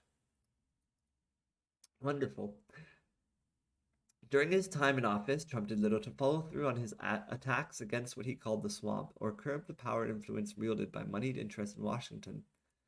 Trump made 5 specific campaign pledges to drain the swamp and curtail the influence of lobbyists, but a Washington Post review last year found that he sought to address only 2. Those were addressed in the January 7, 2017 order that he has now reversed. In 2019, ProPublica investigation found that the executive order was effectively toothless anyway, with at least 33 former administration officials ignoring their pledge and becoming lobbyists anyway. Wonderful. And that happened before he even left office. The decision to scrap the rule may have come as a result of reports that White House staff were finding it increasingly difficult to secure work following weeks of Trump's conspiracy theory-laden objections to the election results and his role in inciting the riot on Capitol Hill. President-elect Joe Biden is planning on issuing his own executive order in relation to White House ethics as soon as he enters office, which will be stricter than those put in place by Trump or Barack Obama. Good, because we need them. Moving on from there, Biden is shutting down Trump's racist 1776 commission. Learn more about that. The Patriotic Education Commission's first report will also be its last. This is a story by Paul Bless on Vice.com, January 20th, 2021. Again, right now, right. They changed their dates to actually be proper. I love it. The 1776 Commission established by President Trump last fall released a report Monday containing an unhinged right-wing version of American history that was widely derided by reputable historians. It will be their last. Just days after Trump's National Commission to Promote Patriotic Education, blowing my nose again, released a 45-page screed against, amongst other things, accurately teaching America's history of slavery. President-elect Joe Biden's transition team said Wednesday that he would sign an executive order that would dissolve the 1776 Commission. Patriotic education, accurately teaching America's history of slavery. The 1776 Commission has sought to erase America's history of racial injustice, the Biden transition said in a release. Trump announced the formation of the commission in September to encourage our educators to teach our children about the miracle of American history and make plans to honor the 250th anniversary of our founding. The miracle of American history? The report released by the commission on Monday, a federal holiday honoring civil rights icon Reverend Dr. Martin Luther King Jr., excused the complicity of the founding fathers in perpetuating slavery. The most common charge leveled against founders and hence against our country itself is that they were hypocrites who didn't believe in their stated principles, and therefore the country they built rests on a lie. The report claims this charge is untrue and has done enormous damage, especially in recent years, with a devastating effect on our civic unity and social fabric. The report also lists racism and identity politics and progressivism as challenges to America's principles alongside fascism and slavery, and describes Vice President and U.S. Senator John C. Calhoun, one of the loudest pro-slavery voices in American government during the first half of the 19th century, as the leading forerunner of identity politics. Perhaps most outrageously, the report compares those who fought for civil rights in the 1960s to Calhoun himself. Wait, let me read that. I was not paying enough attention here. The report also lists racism and identity politics and progress as challenges to America's principles, along with fascism and slavery, and describes Vice President Senator as one of the loudest pro-slavery voices during the first half of the 19th century. Who is doing this? That's the commission that's doing that? No, the report. I'm so lost here. Civil rights movement was almost immediately turned to programs that ran counter to the lofty ideals of the founders, the report says. Which report? The report about the thing, or the report the thing, or the report about the thing? I don't understand what we're talking about here.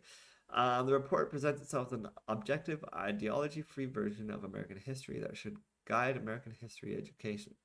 States and school districts should reject any curriculum that promotes one-sided partisan opinions, activist propaganda, or factional ideologies that demean America's heritage, dishonor our heroes, or deny our principles, the report says.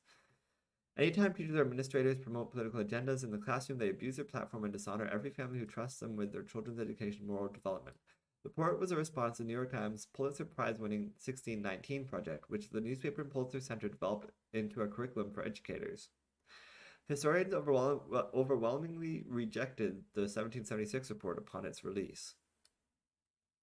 So this was all from the 1776 report stating that we need to take out our one-sided partisan opinions by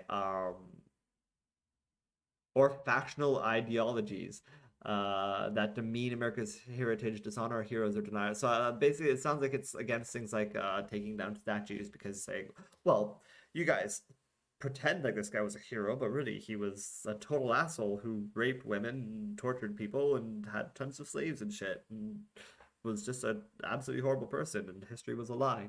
And then this is like, well, no, but that's our legends and we need to protect that. And you're just pushing your one-sided partisan opinion. And I don't like that. And so this is saying it's the report was hiding behind a cloud of um, obscurity so that it could change history to say what it wanted it to say. The potential of the 1776 report making it in social studies curriculums of our educational systems would have a dramatic and detrimental impact on how our children learned and interpreted American history, Kimball told Vice News Wednesday. Hopefully now we can move forward with historians and other scholars telling a true story about who we are so we can move forward as a people.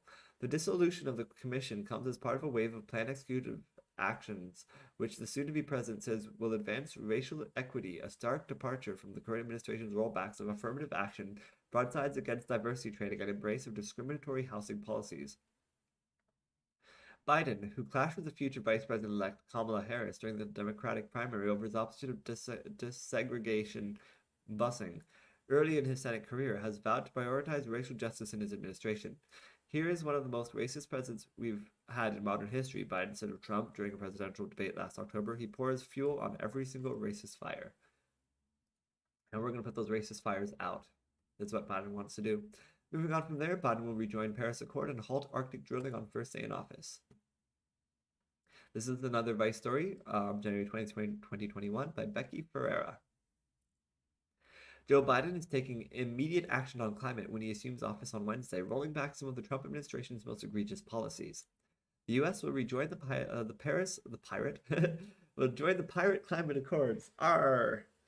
The U.S. will rejoin the Paris Climate Accord, halt oil and natural gas leases in the Arctic National Wildlife Refuge, and will revoke the presidential permit granted to the Keystone XL pipeline on his first day as president, according to Biden-Harris transition website. These are just the first steps of Biden's broader plan to confront climate change and are part of a historic number of actions that the incoming president aims to complete on day one, which include a combination of executive orders, memoranda, directives, and letters. The president-elect will sign the instrument to rejoin the Paris Agreement, according to a fact sheet in the transition team's website. The instrument will be deposited with the United Nations today, and the United States will officially become a party again 30 days later. The United States will be back in position to exercise global leadership in advancing the objectives of the agreement. President-elect Biden will also direct the Department of Interior to reverse President Trump's late-stage push to open the Arctic National Wildlife Refuge to more oil and gas extraction by placing a temporary moratorium on fossil fuel extraction in this vast designated wilderness area. Encompassing nearly 20 million acres across Alaska, the refuge was established in 1960 to conserve fish and wildlife populations, fulfill treaty obligations to indigenous peoples of the Arctic, and ensure water quality and quantity in the region, according to its website. The Trump administration's Tax Cuts and Jobs Act of 2017 added a new purpose for the refuge to provide for an oil and gas program on the coastal plain. In the same year, President Trump pulled the U.S. out of the Paris Climate Accord, an international agreement intended to curb greenhouse gas emissions. Biden also plans to review the boundaries and conditions of the Grand Staircase Escalante, Bear Ears, Northeast Canyons, and Seamounts marine national monuments in response to efforts by Trump to open portions of these lands to more commercial activity. Good to know. I feel so congested right now. Ugh. Thank God we're nearly done. All right. Her bail was set at $1 million for protesting. She says Capitol rioters got a free pass. This is another article looking into the protesters from the summer and how they feel about how people were treated protesting or rioting at the Capitol this December. Well, January, sorry. Someone sat on Nancy Pelosi's desk and stole her mail, a federal offense. I stand a block within a dumpster and get paid $1 million bail. And not get paid $1 million, and get $1 million bail. This is a story on Vice.com, January 2021, by Carissa Kiambayo. In September, police in Lancaster County, Pennsylvania, arrested 21-year-old student and racial justice activist Taylor Enterline during a protest against the police killing of Ricardo Munoz, a 27-year-old autistic Latino man. Enterline was initially given 3 felony charges with her bail set at $1 million. Enterline is from a rural suburb in Lancaster County called Manheim, which is 96% white and less than 1% black. Holy shit. Excuse me. She said she's experienced racism in the form of derogatory slurs and unjust treatment her whole life, but that those incidents became more frequent and bold following the 2016 election. Can you imagine living in a place that's less than 1% black? That's insane. After watching police officer Derek Chauvin press his knee on Floyd's neck in May, Angeline began protesting regularly. When we first took to the streets, we were met with an AR-15, Angeline told Vice in mid-September, days before her arrest. Then the second time we took to the streets, we had armed militia follow us to make sure we were in check. Since then, Joe Biden has won the presidency. Her state of Pennsylvania voted blue. Georgia Democrats won the Senate runoffs, and pro-Trump mobs stormed the Capitol building. Vice got back in touch with Angeline to further discuss her activism, her arrest, the lack of prosecution faced by rioters at the Capitol, and why she decided to study the criminal justice system. What got you into advocating for racial justice? Taylor Enterline. When I was 18, there was an incident in Lancaster where a police officer had tasered a man while he was sitting on the curb. And that year, I had faced a lot of racism and my eyes were opened, especially after the 2016 election. So I started interning at Lancaster Stands Up, and I continued with racial justice and gender justice, especially my studies. And then in May, after George Floyd, that's when the gears switched. That wasn't the first for many black Americans. I remember Trayvon Martin, Tamir Rice, Sandra Bland, and no one was talking about it at school because all of these students were majority white and it didn't affect them in any way. Racial justice doesn't stop because I can't change the color of my skin when I walk out the front door. They see me as a black woman and I still have to fight for myself in the spaces that I am in. So I'm fighting for those who are affected by police brutality, and I used to say I was fortunate enough not to be touched by that. And then that quickly, it became a reality for me. You and other protesters were arrested in September for protesting the police killing of Ricardo Munoz in Lancaster County. What was that experience like? It had not gotten violent until we started getting gassed. There were people who were violent, which is public knowledge, that were smashing windows, smashing cop cars, and later in the night there was a dumpster fire. I, Taylor Enterline, was helping as a medic, especially for those who were getting gassed. I was also helping with safe houses, getting supplies, water for people, making sure people had wet napkins for their eyes and stuff like that. There were rubber bullets shot at us. We were being maced at. We were being tear gassed. I had went back to go check on my friend. I was about to leave, and as we were trying to get back in the car, a van pulled up and police jumped out. They had riot gear and guns. They were running straight at us. They were cornering us at all ends. I dropped to my knees and put my hands up. And then I was approached and told, "Get on the ground, get on the ground." The officer kind of shoved me to the ground and had his knee on my back. I was searched. Then I was shoved to the other police officers for a second search, which was more hands-on and invasive. I was shoved into the van. I spent 14 hours in a cell by myself. I was prepared to get misdemeanors, but then I was told I had 3 felony charges. When we were finally transported to prison, it was intense because I was literally shackled from my feet to hands. I love true crime documentaries, and I felt like I was like someone who just committed first-degree murder. Oh, so congested. Ay, ay, ay. Maybe like a neti pot or something, but don't ever use neti pots. Don't do it. That's how single-cell amoebas get into your brain and eat your brain. So don't do it. Brain-eating amoebas. Don't do it. The judge said he read a letter from the police that said we want high bails because we saw this person do A, B, and C. He told me I was a very well-spoken person, that this was unfortunate, but I had $1 million bail. I was sent out of the room. And when you are put on $1 million bail, you are then put on suicide watch because your bail is so high. Jesus Christ. Then when you're told that you get a phone call, it's to a bail bondsman. And in that moment, I'm sitting there thinking, I can't pay this. We can't do this. I'm thinking I'm going to sit here for at least a few months or something.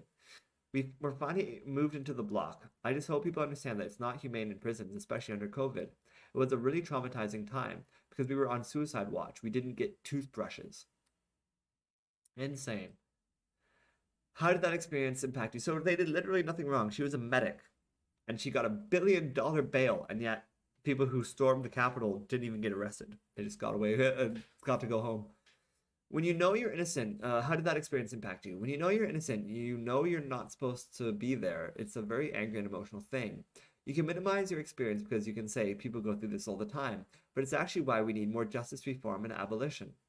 I remember the day of getting released. I was able to get my bail reduced to $50,000, and then I noticed the support I had. Seeing my GoFundMe when I got home and my fridge full, knowing that people were checking in on my mom and my brother. That was an amazing thing. It took a toll on me because I've been out here for months protesting against a system that kills black and brown people. To have that system used against me in a way to take away my voice, to silence me, that is an abuse of power. I honestly think it's a human rights violation, personally. That's my opinion.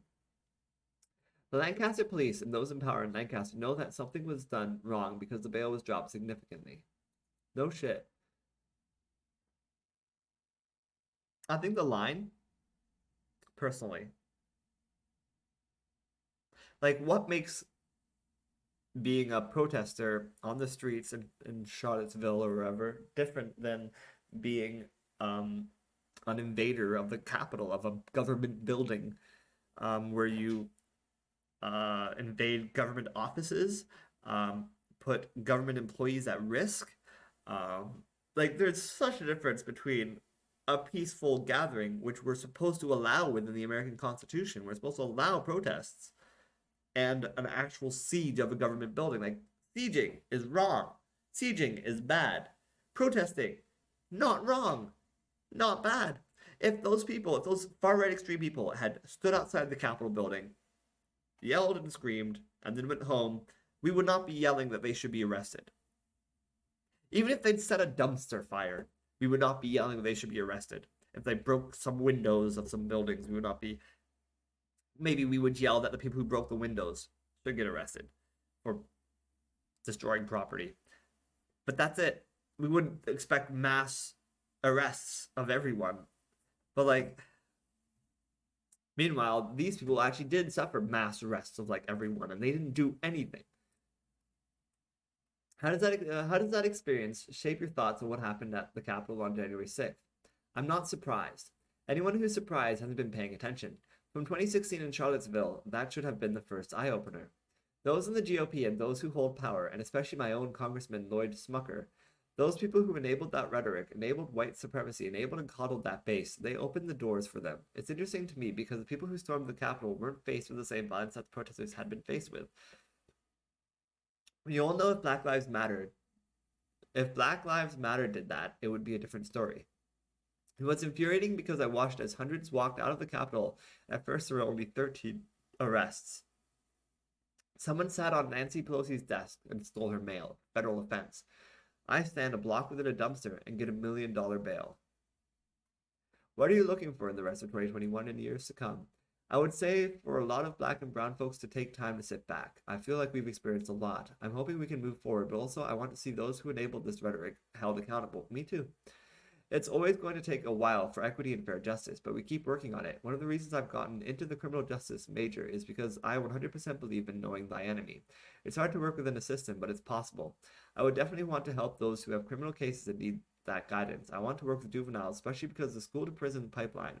I think you can't reform what happened on Wednesday, but we can continue to work within our communities to make those changes. Insane. Moving on to the next story from there. Why U.S. accused China of genocide and what's next? I found this interesting. This is a story by the Associated Press, January 20th, 2021. Out of Beijing. The U.S. Secretary of State's accusation of genocide against China touches on a hot-button human rights issue between China and the West. In one of his final acts in office, Secretary of State Mike Pompeo declared Tuesday that China's policies against Muslims in its Xinjiang region constitutes crimes against humanity and genocide. Earlier the same day, British lawmakers narrowly rejected a proposal aimed at China that would have barred trade deals with any country deemed to be committing genocide. Damn. Can you imagine? Xinjiang, and British lawmakers like, nah, we like supporting genocide. Xinjiang, a far western region that borders Central Asia, is home to the predominantly Muslim Uyghur ethnic group. China denies, I bet that's why the British lawmakers rejected the proposal to bar trade deals with a country deemed of committing genocide, because they're like, well, China's kind of doing it. And we're kind of okay with China. Xinjiang, a far western region that borders Central Asia, is home to the predominantly Muslim Uyghur ethnic group. China denies human rights violations and says its actions in Xinjiang are necessary to counter a separatist and terrorist threat. Why is China accused of genocide? Pompeo cited forced birth control among Uyghurs, which an Associated Press investigation documented last year, and I've also mentioned it on the Geekly Weekly. Um, and forced labor, which has been linked by AP reporting to products imported to the US, including clothing, cameras, and computer monitors. I believe this genocide is ongoing and that we are witnessing the systematic attempt to destroy Uyghurs by the Chinese Party state, Pompeo said in a written statement using an alternative spelling of Uyghurs. Ah, it's like there's something in my throat. Won't go away. Anyway, you get the. Mike Pompeo isn't necessarily a good guy anyway, so it's not um, hoist him up as a hero. But it's nice to hear him say at least one good thing and do at least one good thing before the end. Why am I having such a hard time talking right now? Ugh. I feel like I've just got like my throat. It's just fucked. Um Ex-boyfriend of deported Russian agent pardoned by Trump. Paul Erickson, a former conservative operative once romantically linked to Russian agent Maria Butina. This is a story by the Associated Press, January 20th. Who was convicted in investment schemes, has been pardoned by President Donald Trump as a part of a flurry of clemency action in the final hours of the White House term. So I've already covered a bunch of people who got pardoned who were like, what the fuck? Why would he pardon that person? But here's more people, including this ex-boyfriend of deported Russian agent. Erickson of Sioux Falls was sentenced to 7 years in prison in 2020 for defrauding investors in a proposal to develop land in the North Dakota back-end oil field by persuading people to buy real estate and build single-family homes. Erickson was among 6 people from South Dakota who received pardons from Trump. So, of course, Trump would pardon somebody who defrauded investors. Gregory and Deborah Jorgensen of Winner were guaranteed pardons, and Martin Jorgensen was given a posthumous pardon. The Jorgensens were convicted in 1996 for selling misbranded beef under the premium label, but knowing that it was mixed with inferior commercial beef trim. The family has an exemplary record of service to their community, the White House said. Trump also pardoned Jessica Freese of Rapid City, who was convicted of converting stolen checks at the bank where she worked as a teller, and what the fuck? And John Nystrom of Pierre, who was working as a contractor on a school reconstruction project when a subcontractor revealed double payments for work performed. It seems like all of this is just pro-corruption. Like, oh, did you do something corrupt? Pardon. Are you corrupt? Pardon. 3 stories left. Protesters gather. Damaged Democratic headquarters in Oregon. So while we didn't see much protests as far as the Joe Biden inauguration goes, that doesn't mean there wasn't any in the country.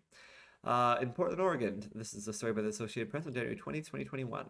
A group of protesters carrying anti-President Joe Biden and anti-police signs, because that makes a whole lot of sense. Now they're the ones against the police. I don't understand. I don't get it. I don't think these people understand their own political party or what they stand for.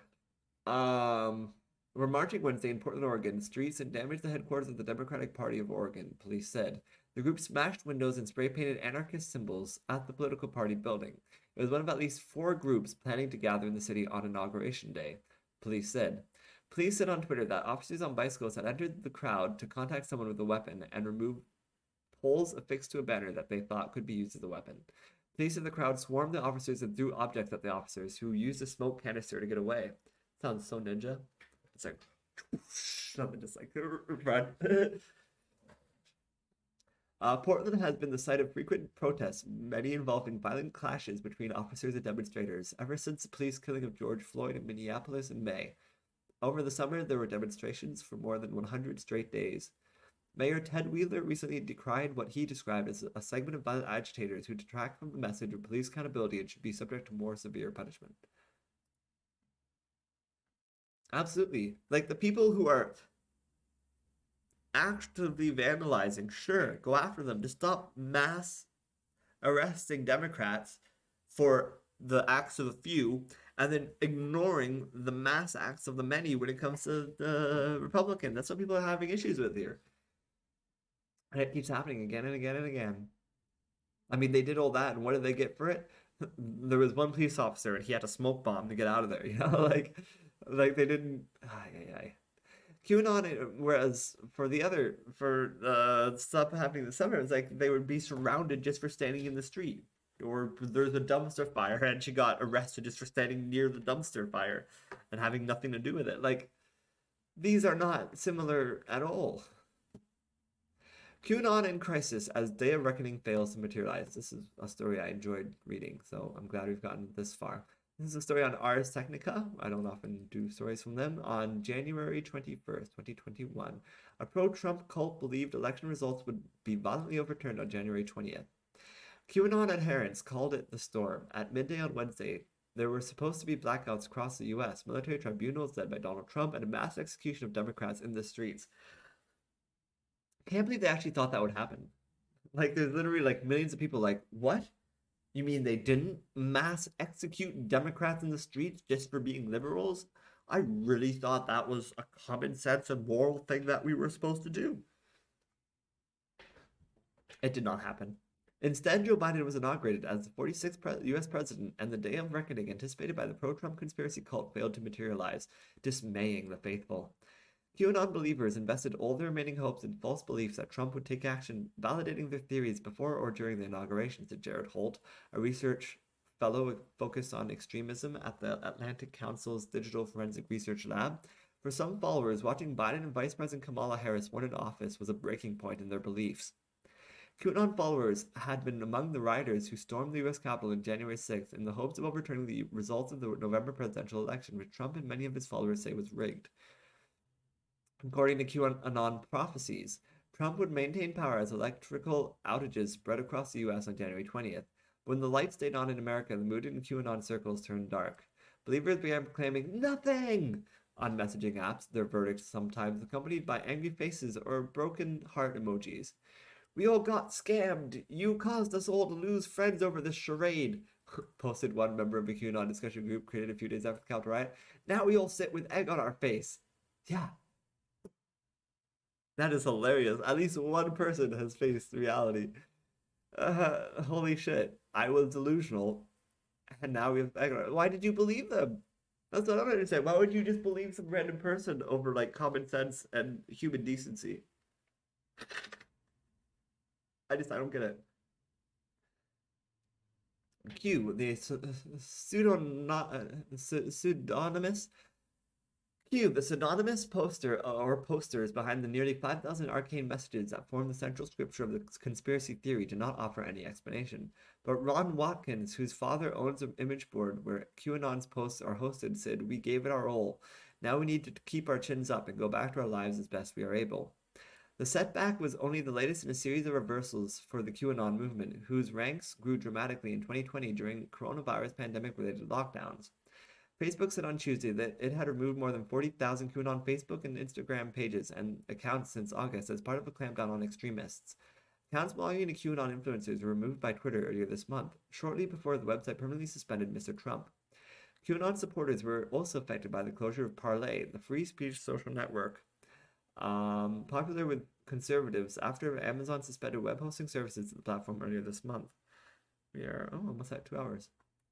Nevertheless, some QAnon believers attempted to find ways to explain the situation or fell back on the cryptic messages that characterize many QAnon posts. Trust the plan, wrote one. Experts warn that individual conspiracies within a wider ideology, such as anti-5G and anti-vaccine narratives, would likely live on, possibly morphing to something more menacing. For many people, there won't be an easy step back. The engagement cycle has been too addicting and empowering, said Molly McHugh, chief executive of consultancy Fianna Strategies and an information warfare expert. What if they decide to latch onto a new, less lazy and incompetent leader than Trump? The power of this belief system hasn't dispersed yet. So be afraid. Be very afraid. The final story is a simple one, but it was sad, so I wanted to include it. Illinois girl, 3 years old, fell from a window and then died from the cold. This is a story by the Associated Press, and it's really short. From Rock Island, Illinois. A 3-year-old Northwestern Illinois girl died after she apparently fell from a window on a frigid night and couldn't get back inside her family's home, police said. Charlotte Handelman appears to have fallen out of a second-floor window at her family's Rock Island home between 11 p.m. Monday and 6 a.m. Tuesday when she was found outside, police said. The home is in the Quad Cities area. which is located among the Illinois-Iowa state line. She was pronounced dead at a hospital, and preliminary autopsy findings showed she died of hypothermia. Rock Island County Coroner Brian Gustafson called the child's death absolutely tragic. It's being reported as nothing more than a tragic accident. She was a beautiful little girl. That's just so sad. It's mind-blowing to me that she fell 2 stories, survived, got up, and tried to get back into her house, and then couldn't because she was 3 years old and didn't know how to get inside her own house. Like, that is insane. Absolutely insane. And then she died, like, which goes to show, teach your kid at 3 years old how to get into their house. Like, maybe leave a key somewhere outside or something. Clearly, that's a thing. Or how to ring the doorbell. Teach them how to ring the doorbell. That might be useful. Because fuck, you do not want to wake up to find your 3-year-old kid frozen dead on your doorstep. Oh, horrible. Moving on from that terrible story into predictions of what horrible things are going to happen next week. 3 horrible things will happen next week. Starting at the top, Yakuza Remastered Collection is coming out on, I believe, PC and Xbox One. I didn't put that there. Basically, there's not a lot happening next week. Yakuza Remastered Collection, I think most of those were already existing separately, and now it's just all this is doing is combining them into one package. So if you've never tried Yakuza before, maybe that's your thing. It's sort of like a action-y, adventure-y sort of. It's really hard to explain what the Yakuza series is. It's like if you took Life is Strange and you mixed it with Street Fighter. That's how I would describe it. I don't know how accurate even that is. But yeah. So that's Yakuza, and that's honestly the most interesting thing coming next week. Also Snowpiercer, the show Snowpiercer is starting its season 2. I watched season 1 of Snowpiercer, and I didn't love it. I didn't even finish the season. I think I only watched the first few episodes, and it kind of just seemed to be a waste of time after a while, so I gave up on it. Maybe I should have kept going with it. Apparently Sean Bean and Rowan Blanchard is joining in season 2. So that could have been interesting to see, but I would need to catch up on season 1, and I don't see myself doing that anytime soon. So yeah, if you are caught up on season 1, maybe you might want to check out season 2 premiere of Snowpiercer coming next week. Finally, Charmed is starting its season 3 next week. So if you're into Charmed, I watched the first couple episodes of that as well, and it was fine, but it was also a situation where there was a lot of TV at the time, and I didn't have time for it. I think that was also Snowpiercer's thing, where there was a lot of TV at the time, I just didn't have time for it. But yeah, I mean, nowadays maybe I would have found time for them if like because now there's just so little TV that it would have been nice just to have something even like that to watch. But too bad I already gave up on them and there's no going back. But so if those interest you, those 3 things are coming out this next week. You should look for those. Moving on to the Geeky Weekly comments, questions, and stats. There were no comments, there was no questions, there was no feedback, and the stats are all pretty crappy. There was nothing to celebrate or be happy about. I really do feel like I'm spinning my wheels and going nowhere, which is lots of fun. But on the bright side, we are nearing the end of phase 2, so who knows how phase 3 might be different. Anyway, that is the Geekly Weekly for the week. What's the time? 1:50. Oh, cool. 2 minutes left. We can do this in 2 minutes. My name is Andrew Geczy. My brand is 99% Geek, found at 99geek.ca. I'm a writer writing monthly chapters of my novels, like episodes of TV shows, releasing them in 4 weekly parts, a teaser and 3 acts on Sundays on my Patreon page at patreon.com/99geek. At the end of the month, the finished chapter is added to the PDFs attached at the bottom of every post. Finally, the finished books are self-published on Amazon. There's urban fantasy tales about a teenage girl turned into a vampire against her will, or a scorned lover investigating paranormal phenomena, or a journalist covering news and politics in the Middle East. There's a sci-fi story about people on a dying world trying to build a ship to a new one. There's a fantasy story about a fallen angel trying to stop the end of the world, and there's more coming. And it's all attached at the bottom of every post on the site in convenient PDF format, readable on computers, tablets, ebook readers, and phones. I also have a Geekly Weekly blog and host video game playthroughs and matchmaking streams on Twitch, and eventually post them on my YouTube and Patreon pages. So stay tuned and maybe subscribe. It's only $1, and the support you show will go a very long way, I promise. There are also higher tiers. Give $5 one month and you can name a character or location or suggest a thing you might want to see. Basically, you get to give a noun and then I promise to incorporate that noun into one of my stories somehow. Maybe not the same month you give the suggestion, but within one cycle of books guaranteed. No matter how crazy, you can't sabotage me, I promise. And you can keep giving nouns for every month you pay at the $5 tier. Or if you give $10, you don't get two nouns, but you can give a description. Describe the personality of your character, or the look of your location, or the importance of your item. For $10, you get a noun and a description. You can also give $1 towards supporting my efforts at video game streaming or my weekly blog. If you don't want to subscribe on Patreon, you can also give at paypal.me/99geek. And for a limited time, the same rules about suggesting a noun apply there. You can write it below your very contribution. I'm as poor as a kid, living paycheck to paycheck, and sometimes starving. So I understand if you are too. I don't want to take the food out of your mouths. Your attention is enough. Say something, comment here. At the very least, follow me on Twitter at Andrew Geczy or Instagram at WingcommanderIV or email me at albon@gmail.com. Live long and prosper. May the force be with you. Long live Marcy, the Vampire Queen. We are the 99% Geek. Right at 2 hours and 1 second, 2 seconds, 3 seconds, 4 seconds. Stop! Stop!